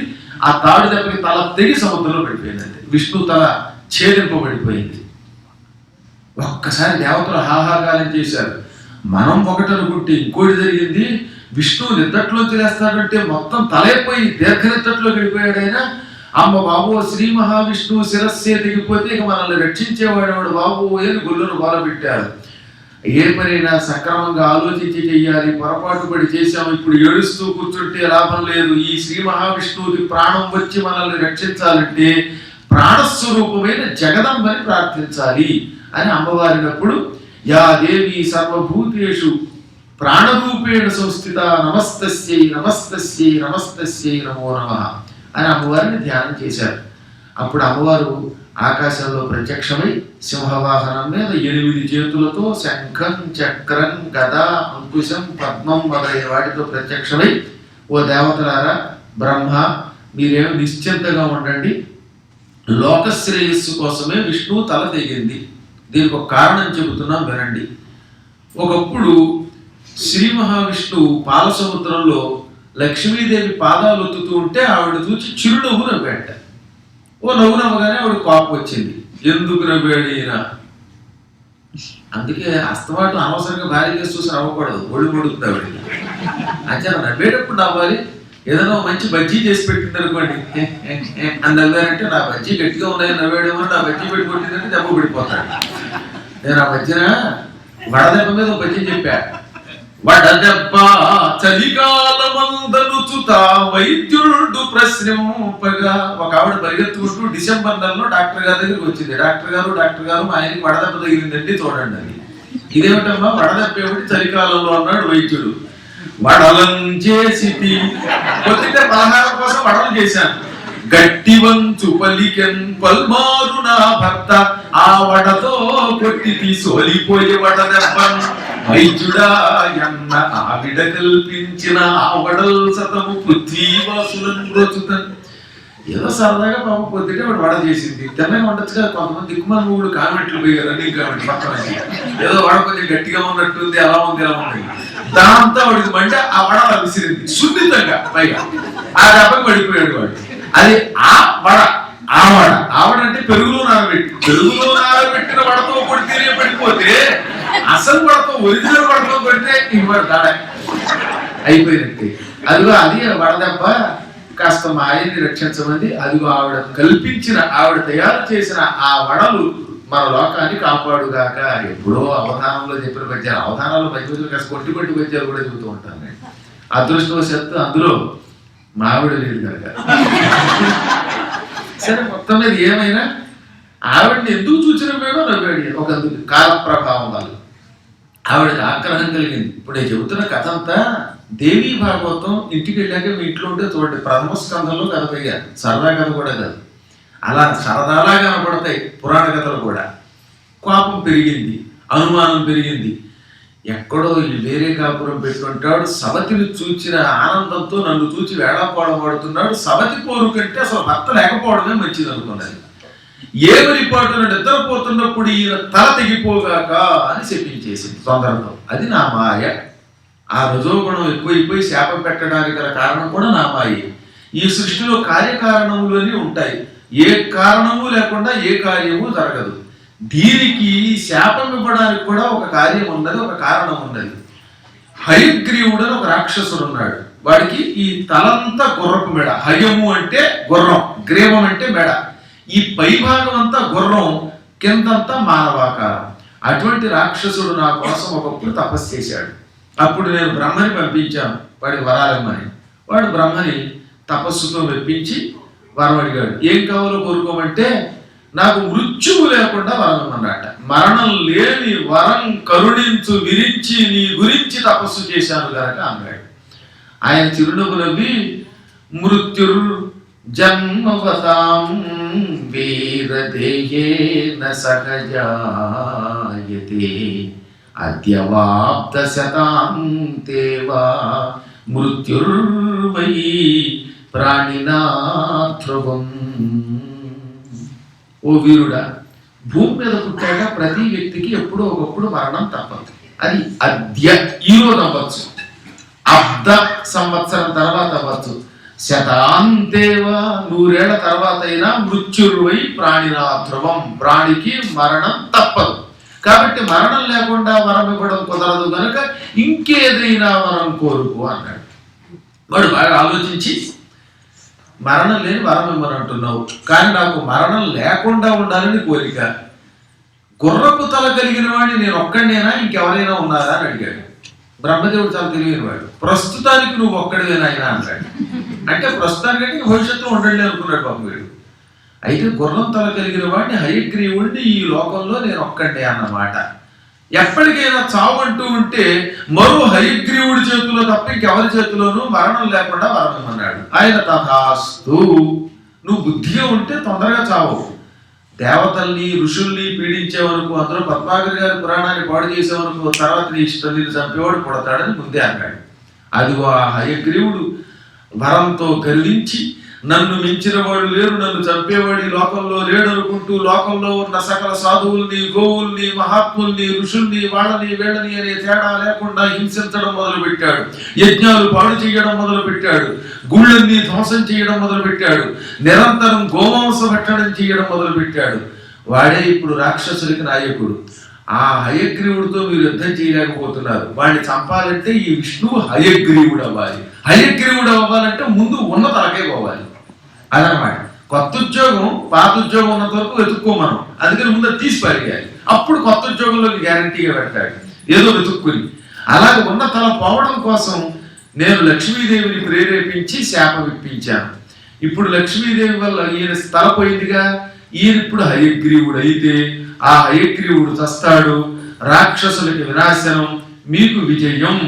కాబట్టి మీరు ఏం చేస్తారంటే, మీలో విశ్వకర్మ అని ఒక శిల్పి ఉన్నాడు, దేవతలకి శిల్పి. వాడితోటి ఇరువుతో ఒక గుర్రపు తల చేయించండి. ఆ తల పట్టుకు చేతికి పెట్టండి. పెట్టగానే అతుక్కుపోతుంది, ఆ తలకి చైతన్యం వస్తుంది. ఇనప తల జీవముతో ఉన్న తల అవుతుంది. అంటే మళ్ళీ ఇనప తల కదా అని ఏదో గణపతికి తలకాయ తగిలిస్తే వాడి కళ్ళు కనపడకుండా తొడుగులో కాకుండా ప్రాణం వచ్చేస్తుంది ఆ తలకి. అనగానే వెంటనే అమ్మవారి ఆశీర్వచనం తీసుకుని విశ్వకర్మని పిలిచారు దేవతలంతా. ఇరువుతో ఒక గుర్రపు తల పట్టుకొచ్చి సరిగ్గా మెడ దగ్గర పెట్టగానే అతికించినట్టు, వెల్డింగ్ చేసినట్టు అతుక్కుపోయింది. అతుక్కోగానే ప్రాణం వచ్చింది. కళ్ళు ఇలా విప్పార్చి చూశాడు. అప్పటిదాకా నీలంగా ఉన్న విష్ణు శరీరం ఈ గుర్రపు తల తగలగానే ఒక్కసారి తెల్లగా మారిపోయింది. ఎందుకంటే నూతన జ్ఞానంతో పుట్టాడు. జ్ఞాన లక్షణం తెలుపు అన్నమాట. అందుకే సాత్విక గుణము, సత్వగుణం ఉన్న వాళ్ళంతా కూడా తెల్లని కాంతిని చూస్తారు అని. మీరు కళ్ళు మూసుకున్నప్పుడు తెల్లని కాంతి కనపడింది అనుకోండి, ధ్యానంలో సత్వగుణంతో ఉన్న విష్ణువుని చూచినట్టు అని అర్థం అన్నమాట. జ్ఞానం వల్ల క్రమంగా మన కళ్ళకి తెలుపు తప్పే ఉండదు. అనగా ఇంకో అర్థం ఏంటో తెలుసా, జ్ఞానం పెరిగే కొద్దీ తెలుపు తప్ప నలుపు కనపడదంటే ఎవడిలోనూ తప్పు కనపడదు. అందరిలోనూ మంచే కనపడుతుంది. విద్య పూర్తయింది. ద్రోణాచార్యుడు దుర్యోధనుడిని ధర్మరాజుని పిలిచి లోకంలో ఎక్కడైనా ఒక చెడ్డవాడిని ఒక మంచివాడిని తీసుకురండి అన్నట్ట. ఎక్కడన్నా చెడ్డవాడు ఉన్నాడు మంచివాడు ఉన్నాడు వెతికి వాళ్ళు ఎవరో చెప్పండి అన్నాడు. దుర్యోధనుడు మొత్తం తిరిగి వచ్చి 3 రోజులు గడువిచ్చాడండి. 3 రోజుల తర్వాత వచ్చి గురువు గారు ఒక్క మంచివాడు ఏంటంటే అంతా దౌర్భాగ్య పీరుగులే దుర్మార్గులే అన్నట్టు. వాడు ఎక్కడ ఒక్కడు తాకట్లేదంటే అంతా పాపాత్తులే అన్నట్టు దుర్యోధనుడు. అలాగనైనా ఇక నీ విద్య పూర్తయింది, హాయిగా ఇంటికి వెళ్ళలేదు ఆయన, నీ వల్ల మీ వంశం తరించిపోతుంది మరి అని వ్యంగ్యం. కానీ ఇప్పుడు ధర్మరాజుని పిలిచాడు.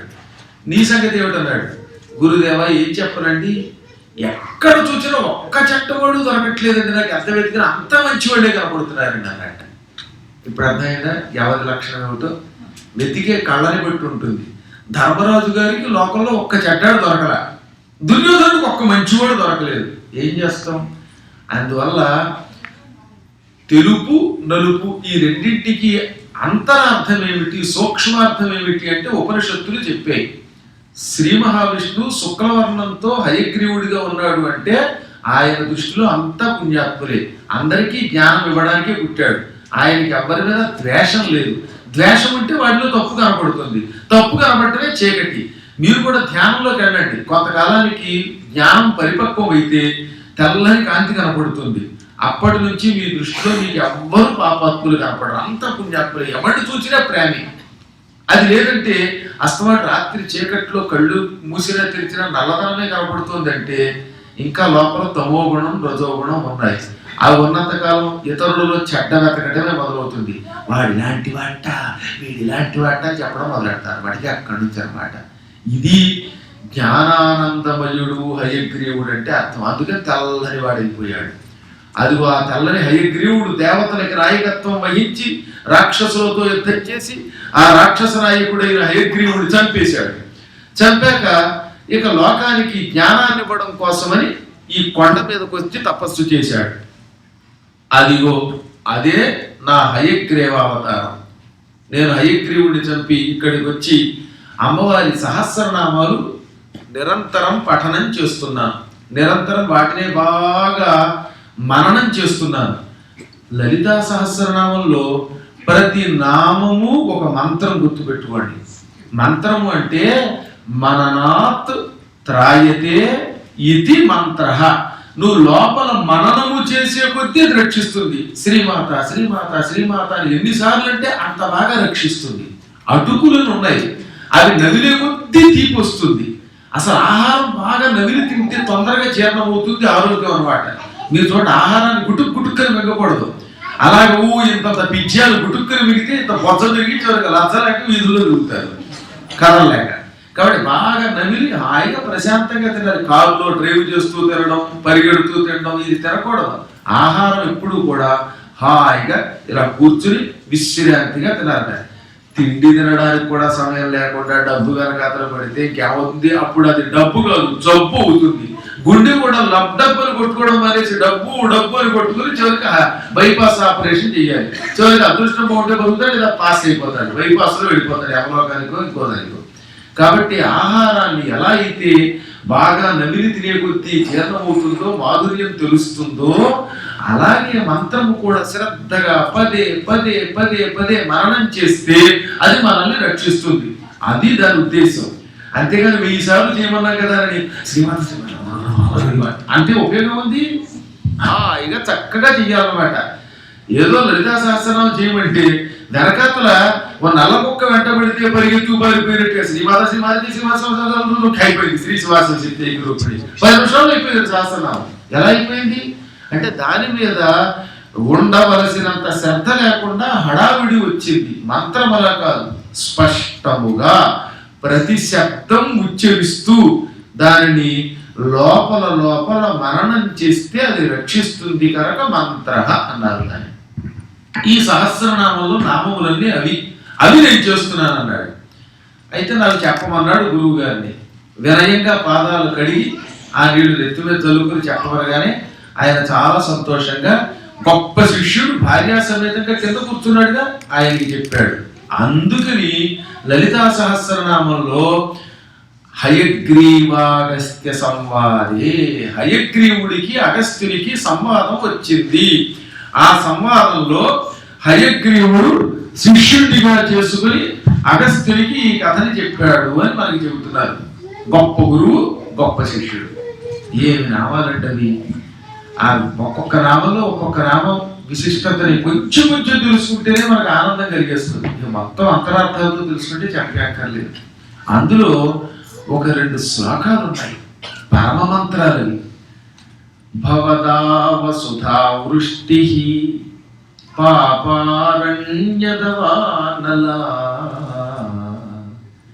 దౌర్భాగ్యతూలవాతూల జరాధ్వాంతర విప్రభా భాగ్యాబ్ధి చంద్రికా భక్త చిత్తకేకి ఘనా ఘనా రోగ పర్వత దంభోళికి మృత్యుదారు కుటారికా.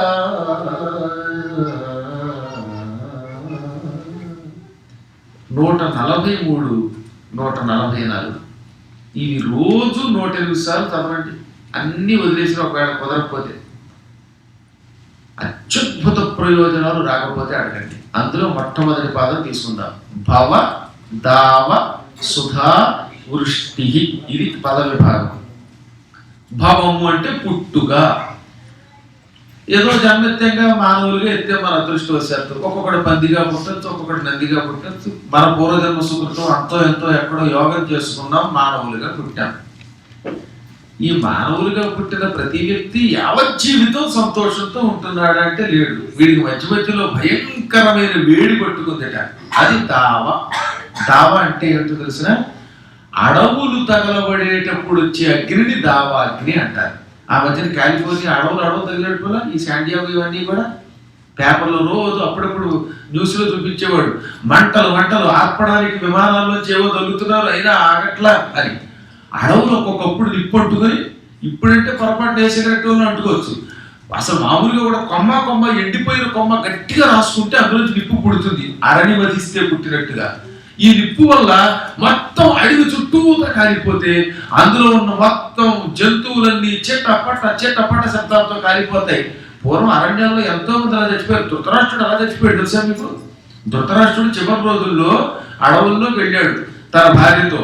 మహాత్మురాలు కుంతి, నా కొడుకుతో నాకు సంబంధంలా, మీ ఇద్దరికి సేవ చేస్తాను, మీరు గుడ్డివాళ్ళు, మొదటి నుంచి మీ దగ్గరే ఉన్నాను అని ఎంత ఉత్తమురాలండి. పాండవులను కాదని, బిడ్డల్ని కాదని, ఆ అడవిలో ఉన్న గుడ్డివాళ్ళని ధృతరాష్ట్రుడిని, కళ్ళకి గుడ్డ కట్టుకున్న గాంధారిని సేవలు చేసి సంతోషపెట్టింది. ఎంతో అడవి తగలడిపోయింది. ఆ అడవి నుంచి బయటకు వెళ్ళలేకపోతున్నారు, ముగ్గురు ముసలాళ్ళే. అప్పుడు సంజయుడు, నేను మిమ్మల్ని తీసుకెడతానంటే, సంజయ ఈ అగ్నిలోంచి మేము బయటికి రాలేము, మేము కూడా శరీరం వ్యామోహం విడిచిపెట్టి చచ్చిపోదాం అనుకుంటున్నాం, మా మీద ఒట్టు, నువ్వు మాత్రం వెళ్ళిపో అని అతని బలాత్కారంగా గెట్టేశారు. అప్పుడు అతను హరిద్వారం ఋషికేశ్ మీదుగా కేదారం వెళ్ళిపోయాడు. అప్పట్లో ఈ వరదలు రాలేదు రేట ఆయన వెళ్ళిపోయాడు. ఈ ముగ్గురు ఆ అగ్నిలో కాలి బూడిదై స్వర్గానికి వెళ్ళారు. ఇది మీరు చూడండి చివరిలో మహాప్రస్థాన పర్వంలో. కాబట్టి చివరికి ధృతరాష్ట్రుడు కూడా దావాగ్నిలో కాలిపోయాడు. ఇవాళ మనం సంసారం అనే దావాగ్నిలో ఉన్నాం. సంసారం కూడా ఈ అడవి తగలబడితే వచ్చే అగ్ని లాంటిది. ఎన్ని అగ్నులు! జన్మ దుఃఖం, జరా దుఃఖం, జాయా దుఃఖం, పునః సంసార సాగరం దుఃఖం, తస్మాత్ జాగృత జాగృత. పుట్టడం ఒక దుఃఖం, పెరగడం ఒక దుఃఖం, భార్య ఒక దుఃఖం, భర్త మరొక దుఃఖం, అసలు సంసారమే దుఃఖం, ముసలితనం పెద్ద దుఃఖం. అన్ని మానవ జీవితంలో ఎప్పుడు ఏదో ఒక వేడి ఉంటూనే ఉన్నది. ఇందులోంచి బయటపడ్డామంటే ఇంకోటి, అందులోంచి బయటపడితే ఇది. నా జీవితంలో అమ్మాయ హాయిగా ఉన్నాం అనుకోవడానికి లేదనమాట. అన్నీ బాగుంటే ఇంకోటి. మా అబ్బాయి నాకు చెప్పకుండా పెళ్లి చేసుకొచ్చాడని ఒక ఏడుపు, పెళ్లి చేసుకొచ్చాక విడాకులు ఇచ్చుకుంటాడేమో అని ఒక ఏడుపు, లేదా మా అబ్బాయి చెప్పకుండా చేసుకుందని ఒక బాధ, చేసుకున్నాక ఇంకో బాధ. ఈ ఇద్దరు కలిసి ఇష్టం వచ్చినట్టు ఇల్లంతా ఏం కప్పు చేస్తారో అని బెంగ, డబ్బు పాడు చేస్తారేమో అని బెంగ. అసలు నిత్యం తల్లిదండ్రులకి బాధ కలిగించేవాడు ఎవరైనా ఉన్నారంటే కొడుకులు అన్నారు. తండ్రికి ఎప్పుడు కడు చెంత చేయుదురు పుత్రుడు శత్రులుగా మిత్రుడే అన్నారు. తండ్రికి మహాబాధ కలిగించే పుత్రులు కొందరు ఉంటారు, వీడు శత్రువులు కాక మిత్రుడా అని. అందుకని ఈ సంసారం ఒక గొప్ప దావాగ్ని. ఈ అగ్నిలోంచి బయటపడటం ఎలాగా? మనంతట మనం బయటపడలేము. అమ్మవారు ఈ అడవిని చల్లార్చాలనుకుంది. అమ్మా నువ్వే దిక్కనగానే ఆవిడ ఏం చేసింది? అడవంతా తగలబడిపోతుంటే దాన్ని ఆర్పాలంటే ఎన్ని ఫైర్ ఇంజిన్లు ఆర్పగలమంటారు? పై నుంచి ఏకధాటిన ఒక నెలలాళ్ళు వర్షం కురిస్తే ఆ వర్షానికి ఆరిపోతుంది. అమ్మవారు మామూలు వర్షం కాదట, సుధావృష్టి అమృత వర్షం కురిపించింది. మామూలుగా నీళ్లు పోస్తే ఈ అడవి ఆరిపోతే చాలదా? కాదు కాదు, అమృతానికి ఒక లక్షణం ఉంది. మామూలు నీళ్ళు అయితే మంట చల్లారుతుంది అంతే, కానీ అమృతం పడగానే చచ్చినవాడు ఏమవుతాడు? బతుకుతాడు. వీడి కష్టాలన్నీ కూడా పోయి అమ్మయ్య నాకు జీవితంలో ఆశ చచ్చిపోయిందంటే వాడి ఆశ చిగురిస్తుంది, సుఖంగా బ్రతుకుతాడు, ఆనందంగా ఉండగలుగుతాడు. వీడిలో ఉన్న చచ్చిపోయిన శక్తులన్నీ, పనికిమాలిన శక్తుల్ని పోగొడుతుంది, మంచి శక్తుల్ని మళ్ళీ ఇస్తుంది. మానవుడి జీవితంలో వచ్చే కష్టములన్నీ పోగొట్టి మళ్ళీ వీడికి నూతనోత్సాహం ఇస్తుంది. 90 ఏళ్ళు వచ్చినా సరే మళ్ళీ వీడిలో ఉత్సాహం చచ్చిపోకుండా యావత్ జీవితం బతికినంతకాలం సుఖంగా ఉండేలా చేస్తుంది. అదనమాట అమృతం యొక్క లక్షణం, చచ్చిన దానిని బతికించడం. అమ్మవారు సంసారములో వచ్చే కష్టములని అగ్నిని చల్లార్చి మళ్ళీ దావాగ్నిని చల్లార్చి అమృత వర్షం వంటి వర్షం కురిపించి వీడిని కాపాడుతోంది. అందుకని మొదటి నామం ఏమన్నది 143లో భవదావ సుధావృష్టి అన్నారు. అక్కడితో అయిందా? పాపారణ్యదవానలా మళ్ళీ వెంటనే రెండో నామం. మనం 1, 2 అయ్యన్ని పాపములు చేస్తున్నాం, తెల్లారి లేస్తే రాత్రి నిద్రపోయేదాకా పుణ్యములు చేస్తున్నామో లేదో చెప్పలేదు. నేను మీలాంటి మహాత్ములు జ్ఞానుల గురించి చెప్పలేదులేండి, పాపాలు చేసేవాళ్ళ గురించి చెప్పాను. మీరు ఇక్కడికి వచ్చి కాసేపు వినడంతో నీ పాపం అంతా హుళక్కి పోయింది. నిత్యం తెలుసో తెలియకో మాటలతో పాపం, చేతలతో పాపం, నడిస్తే పాపం, అనుక్షణం పాపమే.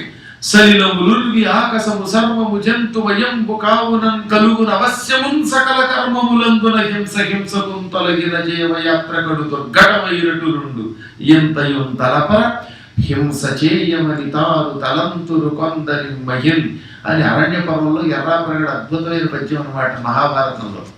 నేను అహింసతో బతుకుతున్నాను అని ఎవడన్నా అన్నాడు అనుకుందాం, నేను పాపం చేయలేదు ఎందుకంటే నాది అహింసా మార్గం అన్నట్టు అన్నాడు. కానీ నువ్వు అహింస ఎక్కడ చేస్తున్నావు అని వెంటనే ఇందులో ప్రశ్నించాడు. నువ్వు నీళ్లు తాగావు, నీళ్లలో స్నానం చేసావు, నీళ్లలో జంతువులు ఉన్నాయి, నీరు కాచుకుని తాగావు, అందులో ఎన్ని బ్యాక్టీరియా కాలి చచ్చిపోతున్నాయి నీ దెబ్బకి. లేదా నీళ్లలో అన్నం వండాలి కనుక నీరు బియ్యం పొయ్యాలి కదా ఎసట్లో, నీళ్లు పోయగానే అందులో ఉన్న జంతువులు చచ్చిపోతున్నాయి. కనబడి కొన్ని తెల్లని పురుగులు ఉంటాయి బియ్యంలో, వాటిలో అవి కాలిపోతాయి మనతో పాటుగా. అంచేత ఎంత మనం అహింస చేద్దామనుకున్నా నీరు వాడినంత కాలం హింస తప్పదు. లేదా పడవలో ప్రయాణిస్తున్నావు, నీ పడవకి తగిలి ఎన్ని జంతువులు చచ్చిపోతున్నాయి చేపలు మరి, కాబట్టి నీళ్ళల్లో జంతువులు చంపుతున్నావు కదా, చేపలను పెట్టి చంపుతున్నావు కదా ఈ వంటతో. ఇంకా భూమి నేల మీద నడుస్తున్నామంటే మన కాళ్ళ కింద పడి చీమలు చచ్చిపోతున్నాయి, దోమలు చచ్చిపోతున్నాయి. మన ఇంట్లో మనం బతకడం కోసం చీమల ముందు కొడుతున్నాం, అవేవో కొడుతున్నాం, గవాక్సిన్లు, గందరగోళాలు.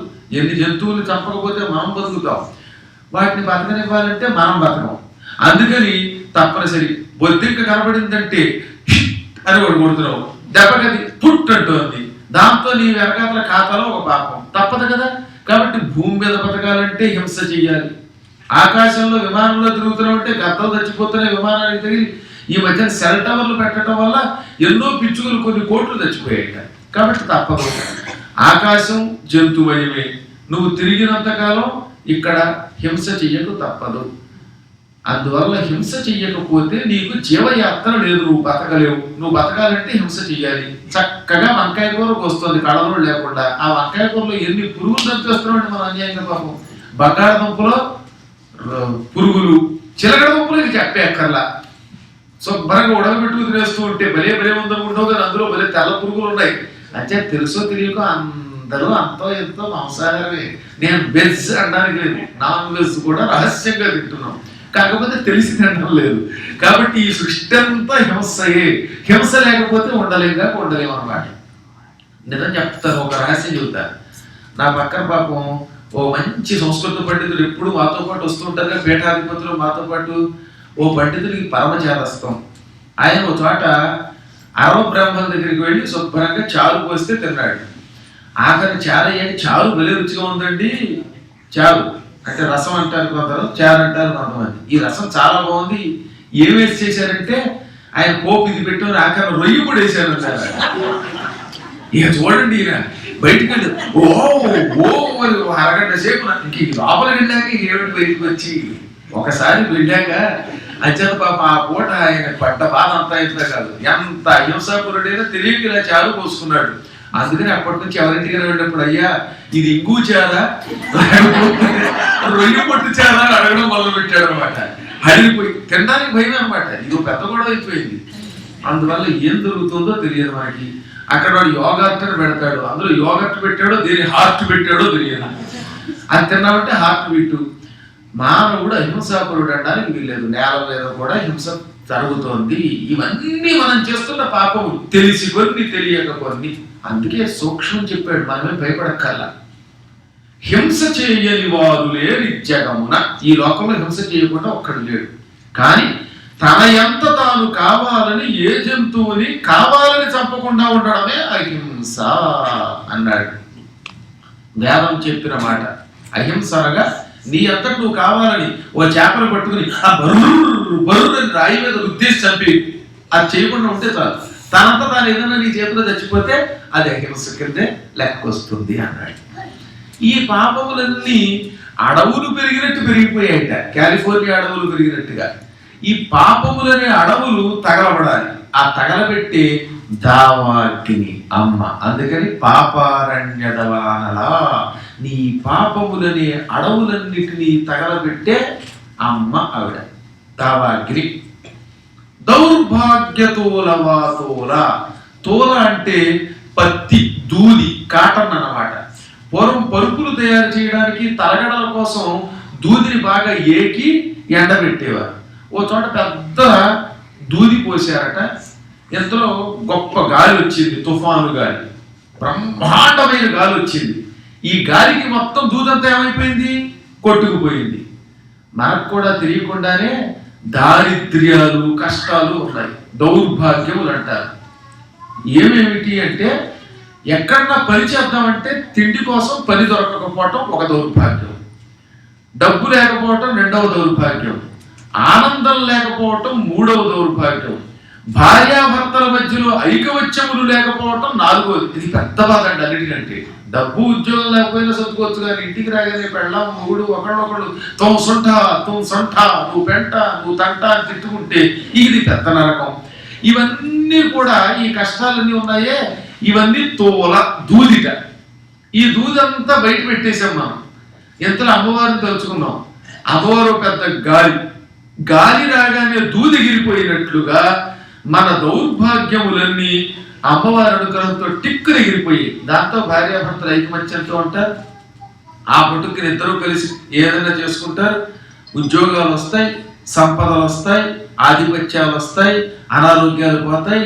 మొత్తం మీద అన్ని రకాల దౌర్భాగ్యాలు తొలగిస్తుంది. అష్ట కష్టాలను ఉన్నాయి. అష్ట కష్టాల్లో మొట్టమొదటి కష్టం ఏమిటో తెలిసిన అసలు అరయంగ పరదేశ యాత్ర చేయుట ఒండు.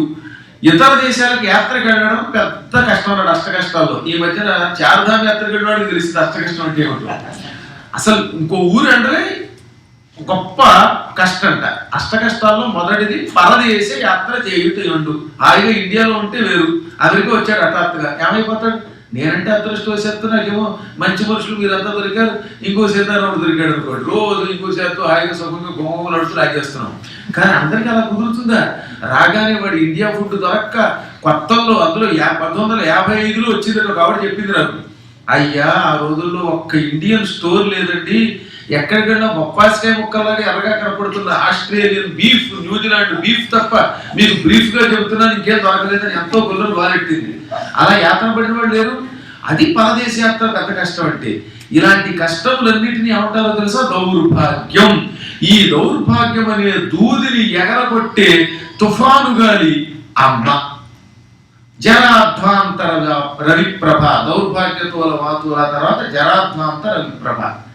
ధ్వాంతము అంటే చీకటి. మంచి చీకటి ఉన్నది. ఈ చీకటి తొలగాలంటే సూర్యుడు ఉదయించవలసింది. ఎన్ని దీపాలు పెట్టినా ఎక్కడో చోట చీకటి ఉంటుంది చూడండి. అది సూర్యుడు వస్తే మాత్రం మొత్తం తమస్సంతా చీకటంతా పటాపంచలైపోతుంది.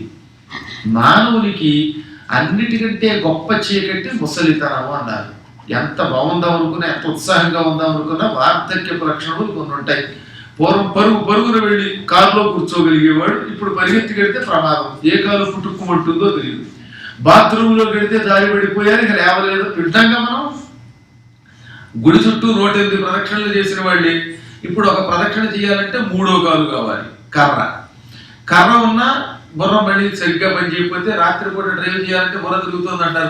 పాపం ఎంత అన్నం పెట్టిన అనుకోరు గారు కూడా. అంచేది ఇదో గొడవ. అంచేది అంతో ఎంతో వయఃప్రభావం ఎంత గొప్పవాడికైనా పడుతుంది ఎత్తి మీద. ఆఖరికి రామచంద్ర ప్రభు ఎలా ఉండేది పూర్వం?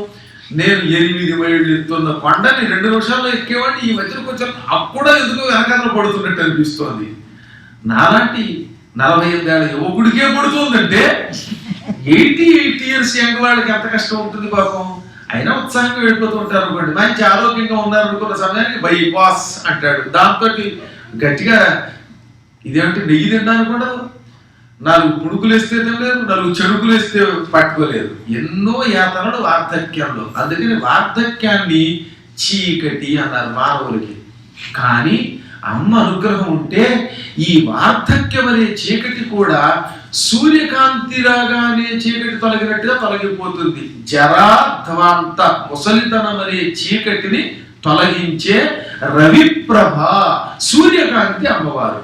అంటే అమ్మ అనుగ్రహం ఉంటే ముసలితనం ఆనందంగా గడుస్తుంది, రోగాలు లేకుండా. నేను చూశాను అలాగా, కళ్ళెదురుకుంటా మా నాన్నగారినే చూశానంటున్నారు కదా. 85 ఏళ్ళు హాయిగా బతికారు. 85వ ఏట మాట్లాడుతూ నేతితోటి పకోడీ చేయించుకు తిని, పెరుగన్నం తిని, ఒరే ఓం నమ శివాయ ఓం నమో నారాయణ ఈ 2 నామాలు కలిపి చేసేవారు ఆయన. ఇప్పుడు అలా చేస్తూ వెళ్ళిపోయారు దర్జాగా. ఎంత హాయండి. ఘంటసాల మహానుభావుడు ఓ డాక్టర్ గారి దగ్గరికి ఏదో మామూలు మాట వాసు కొద్దిగా దగ్గొచ్చినట్టు అనిపించిందని చెక్ చేయడానికి వెళితే మద్రాసులో మీ పాట అంటే ఇష్టం పాడండి అంది. ఇప్పుడే కాస్త మంచినీళ్ళు తాగొచ్చి పాడతానని పాడడానికి కూర్చుని శరీరం విడిచిపెట్టాడు తెలుసా. అది యోగం అంటే, జాతకం అంటే. మంచం మీద పడిపోయి చేసేవాడు లేక తీసుకుని బాబు ఎప్పుడు పోతాడు రా బాబు అని అందరూ తిట్టుకుంటూ ఉంటే పోవడం కూడా ఒక యోగమేనా? అది దుర్యోగం. అలా కాకుండా ఈ ముసలితనం అనే చీకటిలో సూర్యకాంతిగా అమ్మ హాయిగా వెళ్ళేలా చేస్తుంది. అందుకని జరాధ్వాంతర విప్రభ అన్నారన్నమాట. భాగ్యాబ్ధి చంద్రిక అక్కడ కాపాలి. భాగ్యాబ్ధి చంద్రిక భక్త అది చదివితే అర్థం అపార్థం అవుతుంది.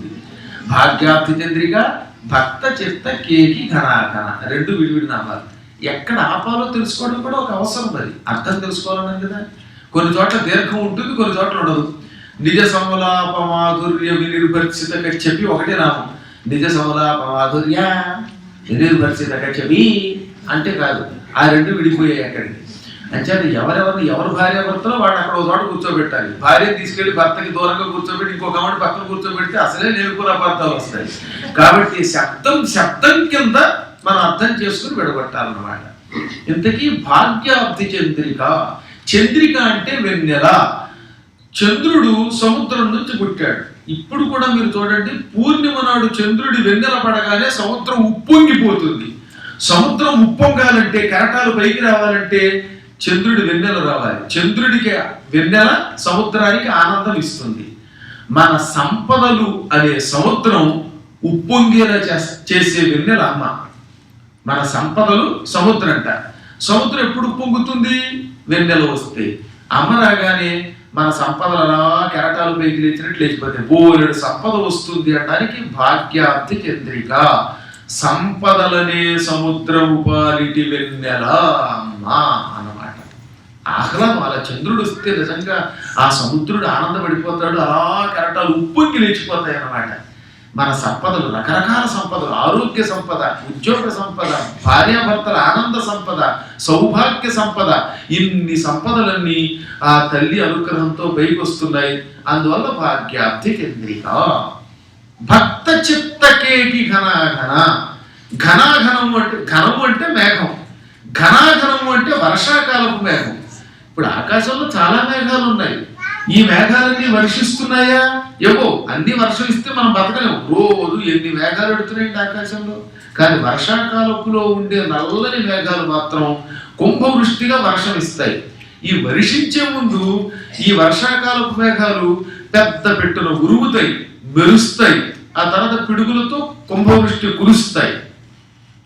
నెమలికి ఒక లక్షణం ఉన్నది, మగ నెమలికి, అది కూడా. ఆడనెమలి ఎప్పుడు డ్యాన్స్ చేయదు, తెలుసా మీకు ఆ విషయం? ఎందుకని? పింఛం ఉండేది మగ నెమలికే, ఆడనెమలికి పింఛం ఉండదు. అందువల్ల నాకు నవ్వుస్తున్నాడు, నాట్యమయూరి అని విరుదిస్తారు. నాట్యమయూరి అంటే వాడికి డ్యాన్స్ రాదని అర్థం. ఎందుకంటే మయూరి నృత్యం చేయదు, నృత్యం చేసేది మయూరం, అంటే నాట్య మయూరం అని తప్ప. మగనెమలికి మాత్రమే పింఛం ఉంటుంది. మీరు కావాలంటే ఈసారి వీళ్ళు అబ్జర్వ్ చేయండి. అంటే పండితులకి దృష్టి వేరు, మామూలు వాడికి దృష్టి వేరు. ఈ పింఛము విప్పి నెమలి ఆడాలంటే దానికి ఒక లక్షణం ఉండాలి. ఆకాశంలో వర్షాకాలం మేఘం వచ్చి ఒక్క ఉరుము ఉరమగానే టక్కన పింఛం విప్పి టక్కు టిక్కని నృత్యం చేస్తుంది. అమ్మవారు భక్తుల హృదయములనే నెమళ్ల పాలిటి వర్షాకాలపు వేగం. మన హృదయం నెమలి, మొగ నెమలి. ఈ నెమలికి ఆనందం కలిగించే వర్షాకాలపు వేగం అనగా అమ్మలా కనబడింది. మన హృదయం నెమలి నాట్యం చేసినట్టుగా, పురివిప్పి నాట్యం చేసినట్టుగా ఆనందంతో పొంగిపోతుంది. నిజంగా అమ్మవారు కనబడాలి, కానీ మనం ఎగిరి గంతులు ఏంటండి, ఆనందంతో నృత్యం చేసేయం. అసలు ఎప్పుడూ డ్యాన్స్ చేయవాడు కూడా చేసేస్తారు. ఆఖరికి పాలకోడేటి వారు భార్యాసమేతంగా నృత్యం చేయగలుగుతారు. ఈ క్షణమే అమ్మ ఎదురుకుండా కనబడిందంటే, అంటే లేకపోయినా ఈ మధ్య డ్యాన్స్ చేస్తున్నారు ఇంకా చూశాను, పర్వాలేదు. కాబట్టి ఎవరికైనా ఉత్సాహం వచ్చేస్తున్నమాట కట్ట అమ్మని చూడగానే. అందుకని భక్త చిత్త కేకి ఘనాఘన భక్తుల హృదయం అనే నెమలిని ఆనంద పరవశుణ్ణి చేసి నృత్యం చేయించే వర్షాకాలపు వేగం అమ్మవారు. రోగ పర్వత దంభోళి. దంభోళి అంటే వజ్రాయుధం. పూర్వం పర్వతాలకి రెక్కలుండేవి. ఈ రెక్కలున్న పర్వతాలు హఠాత్తుగా ఆకాశంలో ఎగురుతూ, ఇప్పుడు విమానాలు ఎగిరినట్టుగా పర్వతాలు కూడా ఎగిరేవి పూర్వం. ఆ పర్వతాలు ఎగురుతూ వచ్చి ఎవడన్నా ఇలా ఉపన్యాసం వింటూ ఉంటే బయట కూర్చుని ఆరు బయట పెళ్లి జరుగుతూ ఉంటే పైన వారి పెట్టారు. ఇక వీళ్ళంతా కింద పచ్చడే. దాంతో బయట పెళ్లి జరగాలంటే హళ్ళిపోయేవారు అంతా. పురాణాలు చెప్పడానికి భయపడేవారు. ప్రజలందరూ భయపడిపోయి ఇంద్రుడి దగ్గరికి వెళ్ళారు. ఇంద్ర, ఈ పర్వతాలన్నీ రెక్కలతో ఎగురుతున్నాయి. ఈ రెక్కలతో ఎగురుతున్న పర్వతాలు వల్ల మాకు చాలా ఇబ్బందిగా ఉంది. ఎవరి మీద వాళ్తాయో, ఎవరు పచ్చడైపోతామో తిరిగి బాధపడుతున్నామని మొరపెట్టారు.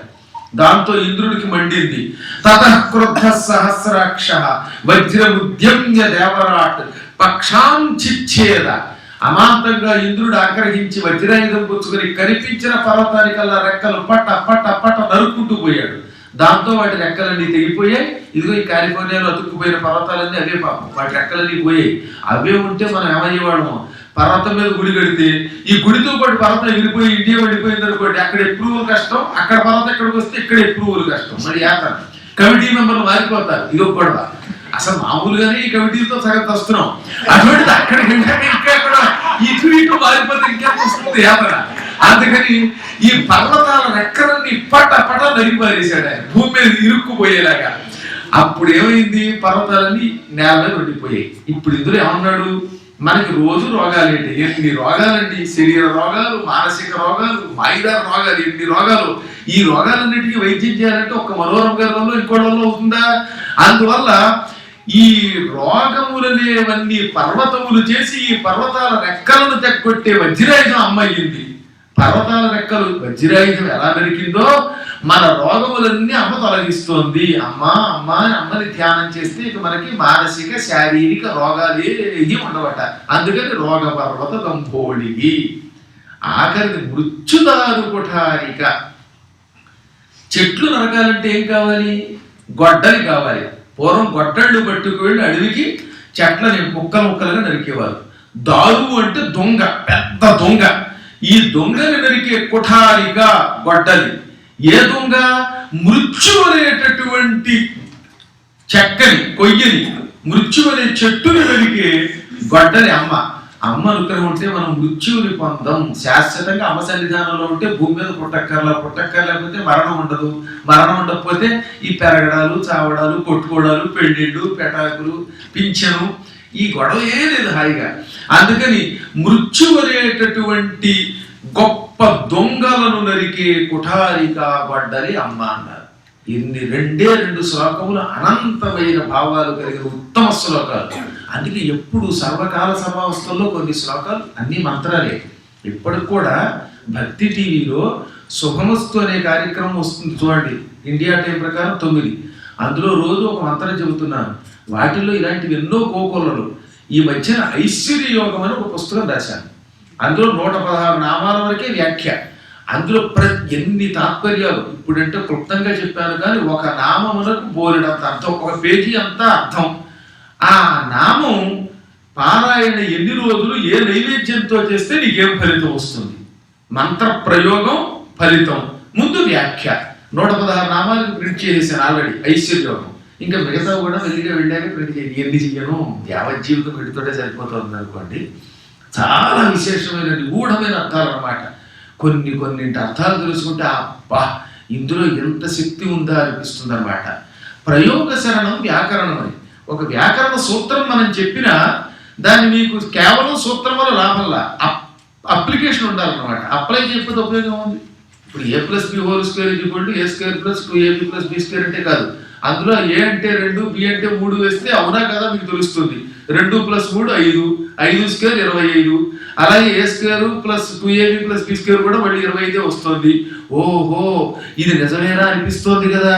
అలాగే ఈ మంత్రముల అర్థములు తెలుసుకోవడమే కాకుండా వీటిని బాగా జీర్ణించుకుని యథాశక్తిగా జపం చేస్తే దాని ఫలితం కూడా పొందుతున్నాం మనం, ఖచ్చితంగా పొంది తీరుతాం. అది అగ్ని అన్నారు మంత్రం. నిప్పు ఎటువంటిది? తెలిసి తొక్కినా తెలియక తొక్కినా నిప్పు కాలుతుంది. పొరపాటు నేను చూసుకోలేదు నిప్ప, అయ్యో నేను ముట్టుకుంటే ఎందుకు కాల్చావు అంటే ఊరుకుంటుందా? ఊరుకోదు. నిప్పది నువ్వు ఎలా ముట్టుకున్నా కాలుస్తుంది. మంత్రము కూడా తెలిసి చదివినా తెలియక చదివినా ఫలితం ఇస్తుంది. కానీ తెలిస్తే దానివల్ల వచ్చే లాభం ఎక్కువ అన్నమాట. పొరపాటున మొక్కజొన్న పొత్తు కాలిపోవడం వేరు, మనం చక్కగా కాల్చుకు తినడం వేరు, వంట సక్రమంగా చేసుకోవడం వేరు, ఏదో చేసేవంటే వేరు అన్నమాట. అందువల్ల మంత్రములను నిరంతరం అంతో ఎంతో అర్థపూర్వకంగా తెలుసుకుంటే అర్థం మనకి సరైన భావం ఇస్తుంది అన్నమాట. అర్థం తెలియకపోతే వచ్చే కొన్ని నష్టాలు ఉన్నాయి కనుక చెప్పాగా. అటుదిటు ఇటుదటు చదివామనుకోండి, అప్పుడు ఒక్క దెబ్బకి అర్థమే మారిపోతుంది. దేవీ భాగవతంలో వృత్రాసురుడు అని ఒకడున్నాడు. ఆ వృత్రాసురుడిని సృష్టించాడు మనకి త్వష్ట అనే ఒక ప్రజాపతి. దుర్మార్గత్వంతో ఒకప్పుడు ఇంద్రుడు ఏం చేశాడంటే, గురువుగారు బృహస్పతి వస్తే లేచి నిలబడేది. ఎప్పుడు కూడా గురువుగారు వస్తే లేచి నిలబడి నమస్కరించాలి. అనారోగ్యం వస్తే పక్కన పెట్టండి, అనారోగ్యం వస్తే అలవ లేవలేరు, పెద్దవాళ్ళు లేవలేరు. కానీ సహజంగా గురువులు రాగానే శిష్యులు నమస్కరించాలి. బృహస్పతి ఒకనాడు ఇంద్రసభలోకి వచ్చాడు. రాగానే అంతా లేచి నిలబడి నమస్కరించారు, ఒక్క ఇంద్రుడు లేవలేదు. దాంతో బృహస్పతి కోపం వచ్చి ఆ రోజు నుంచి ఇంద్రుడికి కొంతకాలం పాటు కనపడకుండా అదృశ్యమైపోయాడు. ఇంద్రుడికి గురువు గారి అనుగ్రహం లేకపోవడం వల్ల రాక్షసులంతా వచ్చి స్వర్గాన్ని ఆక్రమించారు. దాంతో ఇంద్రుడు హడిలిపోయి గురువు గారి కోసం వెతికాడు, ఆయన కనపడలేదు. ఎవడో ఒక గురువు కావాలి, యజ్ఞాలు చేయించి మళ్ళీ ఇతని శక్తి ఇతనికి ఇవ్వాలి. అందుకని త్వష్ట ప్రజాపతి కొడుకు 3 తలలు ఉన్న విశ్వరూపుడు ఒకడు ఉన్నాడు. ఆ విశ్వరూపుడి దగ్గరికి వెళ్ళి, మా గురువు గారు ఉద్యోగం వదిలేసిపోయాడండి, ఎవడో ఒకడు లేకపోతే అలాగా మీరు టెంపరీగా వచ్చి నా దగ్గర గురువుగా ఉండి నన్ను రక్షించండి అంటే ఆయన అలాగే వచ్చాడు. ఈ గురువు గారి ధర్మమానని మళ్ళీ ఈయనకి విజయం వచ్చింది. ఇక్కడే వచ్చిందో తెప్పలో. ఈ కొత్త గురువు గారు దేవతలకి ఆశీర్వచనం ఇచ్చేవాడు. దేవతలు దండం పెడితే విజయీ భవ అనేవాడు, రాక్షసులు దండం పెడితే వాళ్ళని విజయీ భవ అనేవాడు. దాంతో ఇంద్రుడికి కోపం వచ్చింది. మా పార్టీలో ఉండి ఆ పార్టీ వాళ్ళని విజయీ భవ అంటే మేము ఓడిపోతాం కదా, అదొకడుగా. ఇదొకటి, ఒక దాంట్లో ట్రస్ట్ మెంబర్గా ఉండేవాడు ఇంకో గుళ్ళోకి వెళ్ళి దండం పెడితే మండిపోయేవాడు ఉండరు. అలా అయిపోయింది దీని పరిస్థితి అన్నమాట. ఇప్పుడు దీంతో నీవు ఏం చేయాలో అర్థం కాల. ఇంద్రుడికి కోపం వచ్చి 2 సార్లు హెచ్చరించిన, నేను గురువుని అందరికీ ఆశీర్వచనమే అన్నాడు. దాంతో ఇంద్రుడికి కోపం వచ్చి ఈ కొత్త గురువు గారిని వజ్రంతో కొట్టి చంపేశాడు. ఏకంగా ఈ విశ్వరూపుణ్ణి గురువుగా ఒక గురువుని తిరస్కరించాడు, ఇంకో గురువుని చంపేశాడు. దాంతో ఈ బ్రహ్మహత్య గురుహత్య పాపాలు పట్టుకున్నాయి. ఇప్పుడు వీడి అంతం చూస్తానంటూ త్వష్ట ప్రజాపతి ఏం చేశాడు, నా కొడుకు ఇంట్లో ఉంటే ఉద్యోగం ఇస్తాను రమ్మని తీసుకెళ్ళి వాడిని చంపేస్తాడా, వీడి అంతం చూస్తాను అని వెంటనే ఒక యజ్ఞం చేశాడు. ఆ యజ్ఞానికి అభిచార హోమం అని పేరు. పెద్ద కథ 2 ముక్కల్లో చెబుతున్నాను మీకు అన్నమాట. ఆ మంత్రం చదివేటప్పుడు ఇంద్రుణ్ణి నాశనం చెయ్యడం కోసం నేను యజ్ఞం చేస్తున్నాను, అది వాడి ఉద్దేశం. కానీ పొరపాటు అక్కడ చేశాడనమాట. ఇంద్రశత్రో వివర్ధస్వ, ఇది దేవీ భాగవతంలో 6వ స్కంధంలోని శ్లోకం. ఇంద్రుడికి శత్రువుగా పుట్టబోయే ఓ వృత్రాసుర వివర్ధస్వ, అభివృద్ధి చెందు. కోపం ఎక్కువైపోయిందిగా, కోపంలో ఏం చేశాడంటే ఇంద్ర శత్రు అనబోయి ఇంద్ర అని ఆపి శత్రు అని ఆపి వివర్ధస్వ అన్నాడు. అంటే విడదీశాడు. ఇంద్ర శత్రు అని ఇంద్ర అన్నాడు. అప్పుడు ఏమైపోయింది? ఇంద్రుడికి శత్రువుగా పుట్టబోయే ఓ వృత్రాసుర అనబోయి ఇంద్ర అంటే ఓ ఇంద్రుడా, శత్రు ఓ నా శత్రువా అంటే నాకు శత్రువైన ఇంద్ర నువ్వు అభివృద్ధి పొందు అన్నాడు.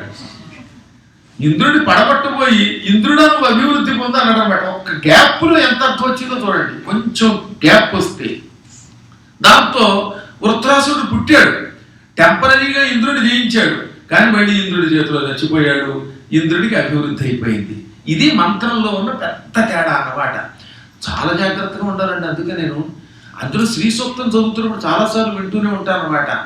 అమ్మ బాబు మనవాడు తెలియకుండానే క్షుత్పి పాసామలాం జ్యేష్ఠాం అని లక్ష్మీం నాశయామ్యహం, అలక్ష్మీమది అలక్ష్మీర్వేరస్యతాంతం మృణే అంటే లక్ష్మీర్వేరస్యతాంతం మృణే అంటాడు. అంటే లక్ష్మీదేవి నశించిపోగాక. మరి నీకు నశించవలసింది అలక్ష్మి, జ్యేష్ఠాదేవి. కానీ నువ్వు లక్ష్మీదేవి నశించాలంటే అప్పుడు ఏమవుతుంది? నీకు రావాల్సింది డబ్బు రాకుండా దరిద్రం పట్టుకుంటోంది. అందుకని ఏం చెప్పారంటే, నాయనలారా మీరు మంత్రం చేసే ముందు గురువుని పట్టుకోండి, అప్పుడు గురువు నీకు ఎలా ఉచ్చరించాలో చెబుతాడు. ఉపదేశం అంటే ఏమిటనుకున్నారు? ఉపదేశ ఆద్యోచ్చారణం. ముందు గురువు గారు ఏమన్నాడు? ఓం శ్రీమాత్రే నమః అని గురువు గారు ఉచ్చరించిన ఉచ్చారణ ఉపదేశం. అదనమాట మొదటి ఉచ్చారణ. అప్పుడు నువ్వు దాన్ని విరుడి చేసావు.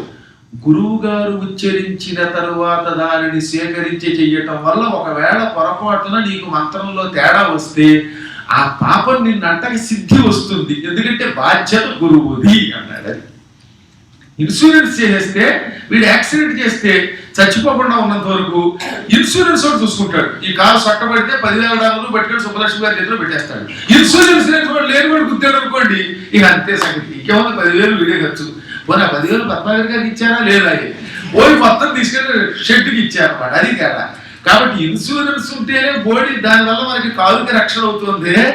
అలాంటిది మంత్రం గురువు గారి దగ్గర ఉపదేశం పొందితే ఎంత లాభం ఆలోచించండి. అందుకని ఉపదేశం లేకుండా మంత్రములు చెయ్యొద్దు తొందరపడి. అంతకంటే తప్ప మీ మీద పక్షపాతం కాదు అక్కడ. ఇప్పుడు డాక్టర్ కోర్స్ చదవకుండా వెళ్ళిపోయి నేను ఆపరేషన్ చేసేస్తాను మనోహరం గారిలాగా నేను ఎందుకు చేయకూడదంటే ఒక దెబ్బకి అవతల పేషెంట్ వెళ్ళిపోతాడు, నువ్వు కాస్త ఇంకో చోటకి పోతావు దెబ్బకి. అదొక విధానం, శిక్షణ. ప్రతి కార్యక్రమములకు ఒక గురువు ఉండాలి, విధానం ఉండవలసిందే. అంచేత పిడివాదంతో నేనెందుకు చదవకూడదు అనకుండా, ఇంకొకటి కేవలం క్యాసెట్లు విని కాకుండా చాలా జాగ్రత్తగా శిక్షని కంఠంతో నేర్చుకోవాలి. కానీ సులభ మార్గం ఏమిటంటే మంత్రం జోలికి వెళ్లకుండా కూడా మానవుడు తరించవచ్చు. దానికోసం లలితా సహస్రనామాలు విడివిడిగా శ్రీమాత, శ్రీ మహారాజ్ఞి, శ్రీవత్సింహాసనేశ్వరి చదివేస్తే మంత్రం కింద రక్షిస్తుంది. అది నామాలు, మంత్రం కాదు గనక నీకు ప్రమాదము ఉండదు. శ్రీమాత్రే నమః అన్నావు అప్పుడు కొంచెం జాగ్రత్త పడాలి. అందువల్ల గురువులుంటే మంత్రం తీసుకో, లేకపోతే నామాలు చేసుకో. ఆ నామములు కూడా మొదట్లో పొరపాట్లు ఎలా చేసినా పర్వాలేదు, కొంతకాలానికైనా మార్చుకో. మరి కొంతకాలానికైనా మారకపోతే ఉపయోగం లేదు. మనకి ఎల్లకాలం చిన్నపిల్లలకి లామా అంటే ఏం బాగుంటుంది? వాడి ఎవడికో రా పలకదు అంచేత లాం అన్నాడు, లేదా నాకు పెళ్ళం కావాలనడానికి నాతో పెళ్ళం కావాలన్నాడు. కానీ ఎలా కావాలంటే బాగుండదు, చిన్నప్పుడు అంటే బాగుంటుంది, పెద్దయ్యాకంటే అసహ్యంగా ఉంటుంది. కాస్త స్పష్టంగా పలిగితే బాగుంటుంది. అందుకని ఏం చెప్పారంటే పెద్దయ్యాక క్రమక్రమంగా ముందు అజ్ఞానం నుంచి తర్వాత విజ్ఞానంలోకి, ఫ్రమ్ నోన్ టు అన్నోన్. ఇది చివరికి మనకి హయగ్రీవుడి అగస్త్యుడికి చెప్పిన మాట. అటువంటి అనేక పవిత్రమైన లలితా సహస్రనామాలను మనం వీలున్నప్పుడల్లా తెలుసుకుంటూ పారాయణ చేస్తూ మంత్రోచ్చారణలతో ధరిద్దాం. ఇవాళ ఆఖరి రోజు కాబట్టి కొంచెం ముందు వదిలేయండి అన్నారు. మేమంతా కూడా ఆనందంతో మాట్లాడుతున్నాం. 13 రోజులు ఉపన్యాసం మీరే చెప్పారు, మీరేనా మేము చెబుతాం అని కొందరు ఉత్సాహంగా ఉన్నారు. వారి ఉపన్యాసాలకు కాస్తంత అవకాశం ఇస్తూ అందరికీ కూడా స్వస్తి కలుగుగాక. ఈ సంవత్సరానికి అప్పుడే 13 రోజులు పూర్తి చేశాం. మళ్ళీ తొందరలోనే ఎంత కడుగు తెరిచేలోపు ఏడాదికి వెళ్ళిపోతుంది. ఎన్నేళ్ళు వెళ్ళిపోవట్లేదు మన జీవితంలో, అలాగే వెళ్ళిపోతాయి. మళ్ళీ వస్తాం, మళ్ళీ కలుసుకుంటాం. ఎంతో మంచి మనుషులు నీ గురించి చెప్పడానికి నాకు 1000 ఏళ్ళైనా సరిపోవు. ఒక్కొక్కరిని పేరు పేరున పలకరిస్తే ఒకటి పేరు చెప్పి రెండో వాడి పేరు చెప్పకపోతే వాడు బాధపడే ప్రమాదం ఉన్నవాడు. అందరూ అన్ని కోణాల్లో సహాయం చేశారు. 75 ఏళ్ల లక్ష్మీనారాయణ గారు నాతో చురుగ్గా నడిచి బ్యాంక్కి వెళ్ళి పనిచేసి పెట్టమంటే పడిపోయి పరిగెత్తారు. అన్నపూర్ణ గారు వండి పెట్టగలుగుతున్నారు. సుబ్బలక్ష్మి గారు శుభ్రంగా తిరుగుతున్నారు. అనసూయ గారు ఇప్పటికీ పాడుతున్నారు. వాళ్ళు కొంచెం పెళ్లిలో భోజనం ఎక్కువైపోయి దగ్గర తప్ప ఇలాగా అంచేత అందరూ కూడా మొత్తం మీద అందరికీ పేరు పేరున కూడా శిష్యులకి ప్రశిష్యులకి సభ్యులకి అసభ్యులకి సమస్త సన్మంగళాన్ని సంతు. గురువు గారు మా పేరు చెప్పలేదు అనుకోవద్దు, అందరూ నా హృదయంలో ఉన్నారు చాలు. తక్కిందంతా ఇప్పుడు ఇంకో ముఖంలో గడిపోతాం. శ్రీ గురుభ్యో నమః. ఎంత భాగ్యం అండి ఇది, ఎంత మహద్భాగ్యం. మనం ఎంత పుణ్యం చేసుకుంటే ఈ గత 13 రోజులుగా అమృత వచనాలు మన మహర్షులు, మన సంస్కృతి, మన సనాతన ధర్మం ఇచ్చిన ఇంత అద్భుతమైన విషయాలన్నీ గురువు గారు చక్కగా మనకి హాయిగా మంచిగా దాంట్లో ఉన్న మన సనాతన ధర్మంలో ఉన్న ధర్మ సూక్ష్మాలు చాలా మంచి విషయాలు, ఇంకా ఇంకా కుదిరితే మనకి చక్కగా ఇంకా మంచి ప్రోగ్రామ్స్ మంచి కార్యక్రమాలు జరుగుతాయి. కానీ ఈ 13 రోజుల్లో చాలా అద్భుతంగా చెప్పారు. ఇది డెఫినెట్గా తప్పకుండా ఇది మీ అందరి భక్తి, మనందరూ చాలా భాగ్యం, మహాభాగ్యం. మనందరి పుణ్యం వల్ల గురువు గారు మన కోసం ఇక్కడ వరకు వచ్చారు. ఒక్కసారి మనందరి తరఫున చాలా మంది కార్యకర్తలు కూడా చాలా మంది ఈ బోర్డు మెంబర్స్ గారు మన చాలా మంది పేరు బయటికి చెప్పారు, కొంతమంది చెప్పలేదు, కొంతమంది చెప్పద్దు మా పేరు అని చెప్పి కూడా చాలా చక్కగా సహాయం చేశారు. ఇంత మంచి పని చేశారు కదా. కొన్ని మంచి విషయాలు మనం తెలుసుకుందాము క్విక్గా. ఈ గురువు గారి అమృత వచనాలు, అమృత సుధారసం, వాక్ సుధ, వెంకటరమణుల వారి అనుగ్రహంతో మనోరమ్యంగా చక్కగా ఈ 13 రోజులు మన భగవంతుడి సన్నిధానంలో చక్కగా గురువు గారి ద్వారా మనకి అందింది. చాలా మంది, నిజంగా చాలా మంది కార్యకర్తలు చాలా మంది చెప్పి బయటకు వచ్చారు, బయటికి రాలేదు, చాలా మంది సహాయం చేశారు. అందరికీ నమస్సుమాంజలు. మనం ఇప్పుడు మీకు కొన్ని విషయాలు చెప్పాలి క్విక్గా.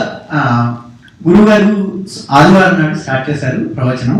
సోమవారం పొద్దున లెటర్ వచ్చిందండి క్వాల్కామ్ దగ్గర నుంచి, మన శాండియాగో బేస్డ్ కంపెనీ క్వాల్కామ్ దగ్గర నుంచి. వారు ఫండ్ మ్యాచింగ్ చేస్తాము అని చెప్పి.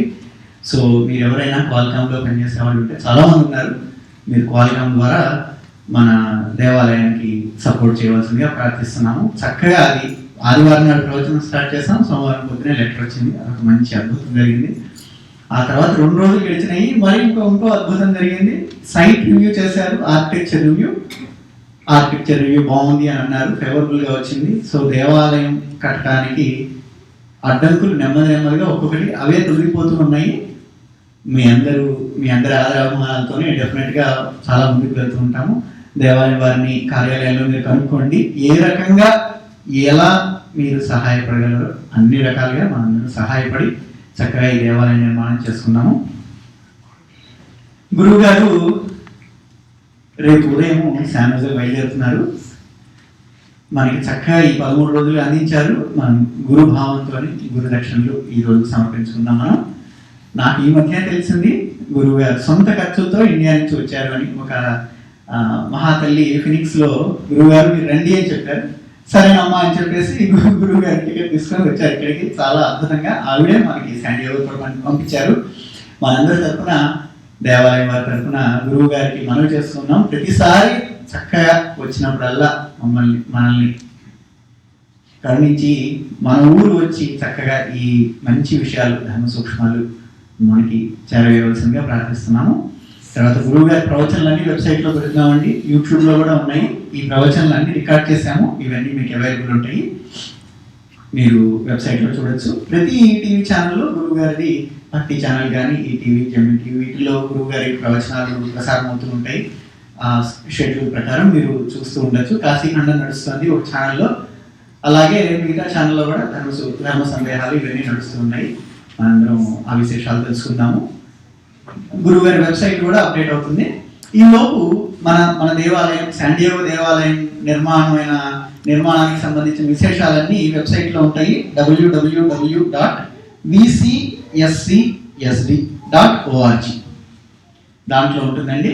అదర్వైజ్ మీరు ఇక్కడికి దేవాలయంకి వచ్చినా కానీ మన శివావిష్ణు టెంపుల్ ఆ వెబ్సైట్ అయినా కానీ లేకపోతే vcscsd.org కానీ అన్ని విషయాలు ఉంటాయి. ప్రతి శనివారం గురువు గారి చేతిలో ఇంకొక అద్భుతం జరిగింది. చక్కగా అన్నదానం స్టార్ట్ చేశాము క్రితం వారము. ప్రతి శనివారం అన్నదానం జరుగుతూ ఉంటుంది. మీ అందరూ బయట చక్కగా చాలామంది మహానుభావులు చాలామంది తీసుకొచ్చారు. అన్నదానం చక్కగా ఇక్కడ జరుగుతూ ఉంటుంది ప్రతి శనివారం. ఆ తర్వాత ఫ్యూచర్లో నిత్యాన్నదానం చేద్దాము అని చెప్పి సంకల్పం ఉంది. ఇప్పుడు ఒక 5 నిమిషాలు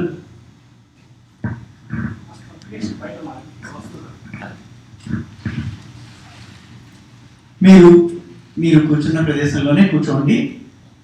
ఎవరైనా మాట్లాడతానంటే 5 నిమిషాలు వారికి కూడా అవకాశం ఉంటుంది. తప్పకుండా ఎవరైనా అభిప్రాయం చెప్పదలిస్తే తప్పకుండా అదే దాని గురించే ఒక చిన్న అడ్మినిస్ట్రేషన్. ఇప్పుడు ఇందాక గురుగారి ప్రవచనం ముందు మహాలక్ష్మి అభిషేకం జరిగిందండి. ఇప్పుడు చిన్న లఘు పూజ జరుగుతుంది. పూజ జరిగేంత వరకు మీరు మీ ప్రదేశంలోనే కూర్చోండి. పూజ అయిపోయి అర్చక స్వామి వారు హారతి ఇచ్చిన తర్వాత ఒక లైన్లో వచ్చి గురువు గారి దగ్గర ప్రసాదం తీసుకోండి. అప్పటి వరకు మీరు చక్కగా మీరు కూర్చున్న ప్రదేశంలోనే కూర్చోండి. ఇప్పుడు ఒక 5 నిమిషాలు పూజ ఉంటుంది. మీరు ఎవరైనా మంచి అమృతవచనాలు మన తరపున ఓట్ ఆఫ్ థ్యాంక్స్ టైప్లో చక్కగా మీరు ఎవరైనా చెప్పారంటే మీరు ముందుకు రండి. మీ అనుభవాలు ఈ 10 రోజుల్లో 13 రోజుల్లో జరిగిన విశేషాల మీద మన కృతజ్ఞతలు తెలుపుకున్నాం.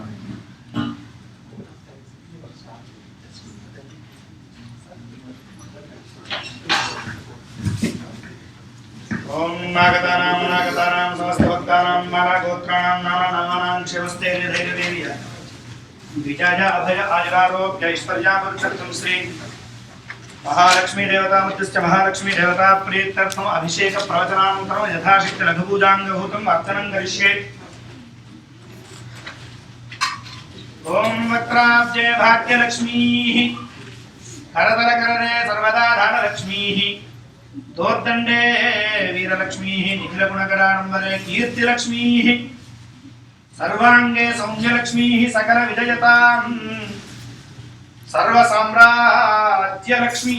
ఓం ప్రకృతి నమః ఓం వికృతి నమః ఓం విద్యాయ నమః సర్వభూతహితప్రదాయ నమః ఓం శ్రద్ధాయ నమః ఓం విభూతి నమః ఓం సురభి నమః ఓం పరమాత్మికాయ నమః ఓం వాచే నమః ఓం పద్మాలయాయ నమః ఓం పద్మాయ నమః ఓం శుచయే నమః ఓం స్వాహాయ నమః ఓం స్వధాయ నమః ఓం సుధాయ నమః ఓం ధన్యాయ నమః ఓం హిరణ్మయీ నమః ఓం మహాలక్ష్మీ నమః ఓం నిత్యపుష్టాయ నమః ఓం విభావరీ నమః ఓం అదిత్యై నమః ఓం దిత్యై నమః ఓం దీప్తాయ నమః ఓం వసుధాయ నమః ఓం వసుధారిణ్యై నమః ఓం కమలాయ నమః ఓం కాంతాయ నమః ఓం కామాక్షి నమః ఓం క్షీరోద సంభవాయ నమః ఓం అనుగ్రహపరాయ నమః ఓం బుద్ధయే నమః ఓం అనఘాయ నమః ఓం హరివల్లభాయ నమః ఓం అశోకాయ నమః ఓం అమృతాయ నమః ఓం దీప్తాయ నమః ఓం లోకశోక వినాశిని నమః ఓం ధర్మనిలయాయ నమః ఓం కరుణాయ నమః ఓం లోకమాత్రే నమః ఓం పద్మప్రియాయ నమః ఓం పద్మహస్తాయ నమః ఓం పద్మాక్షి నమః ఓం పద్మసుందరీ నమః ఓం పద్మోద్భవాయ నమః ఓం పద్మముఖ్యే నమః ఓం పద్మనాభప్రియాయ నమః ఓం రవాయ నమః ఓం పద్మమాలాధరాయ నమః ఓం దేవ్యై నమః పద్మిన్యై నమః ఓం పద్మగంధిన్యై నమః ఓం పుణ్యగంధాయ నమః ఓం సుప్రసన్నాయ నమః ఓం ప్రభాయ నమః ఓం చంద్రవదనాయ నమః ఓం చంద్రాయ నమః చంద్ర సహోదరీ నమః ఓం చతుర్భుజాయ నమః ఓం చంద్రరూపాయ నమః ఓం ఇందిరాయ నమః ఓం ఇందుశీతలాయ నమః ఓం ఆక్లాదజనన్యై నమః ఓం పుష్టజై నమః శివాయ నమః శివకర్యై నమః ఓం సత్యై నమః ఓం విమలాయ నమః విశ్వజనన్యై నమః పుష్టజై నమః ఓం దారిద్ర్యనాశిన్యై నమః ఓం ప్రీతిపుష్కరిణ్యై నమః ఓం శాంతాయ నమః శుక్లమాల్యాంబరాయ నమః ఓం శ్రీయై నమః ఓం భాస్కర్యై నమః బిల్వనిలయాయ నమః ఓం వరారోహాయ నమః ఓం యశస్తిన్యై నమః ఓం వసుంధరాయ నమః ఓం ఉదారాంగాయ నమః ఓం హరిణ్యై నమః ఓం हेममालिन्यै नमः ओम धनधान्यकर्यै नमः ओम सिद्धये नमः स्त्रैण सौम्याय नमः ओम शुभप्रदाय नमः रूपवेश्मगदानन्दाय नमः वरलक्ष्मी नमः ओम वसुप्रदाय नमः ओम शुभायै नमः ओम हिरण्यप्राकाराय नमः ओम समुद्रतनयाय नमः जयाय नमः मंगलाय नमः देव्यै नमः विष्णुवक्षस्थलस्थिताय नमः विष्णुवत्यै नमः ओम प्रसन्नाक्षै नमः ओम नारायण समाश्रिताय नमः दारिद्र्यध्वंसिन्यै नमः देव्यै नमः ओम सर्व उपद्रव वारिण्यै नमः ओम नवदुर्गाय नमः महाकाली नमः ओम ब्रह्म विष्णु शिवात्मिक अनंतकाल ज्ञान संपन्नाय नमः ओम भुवनेश्वर्यै नमो नमः धन कनक वस्तुवाहन अखिलैश्वर्य सकल सौभाग्यदायिनी श्री महालक्ष्मी नमो नमः तव पादारविन्दयोः नामार्चन पूजां सम अर्पयामि सत्यास्तं यजमानस्य कामाः स्वामिने नमो नमः महागणाधिपतये नमः महेश्वर स्वामिने नमो नमः श्री मैं ओपन చేస్తారా ఓపెన్ संकल्पित देवताभ्यो नमो नमः यथाशक्ति भगवाग्राभ्यां दीपन्द्रश्यां धूपदीपानं शुद्धात्मं द्रव्यां नैवेद्यं अनन्ता सत्तेन दर्शिंचामीति सायं परिशिञ्चति स्वामिने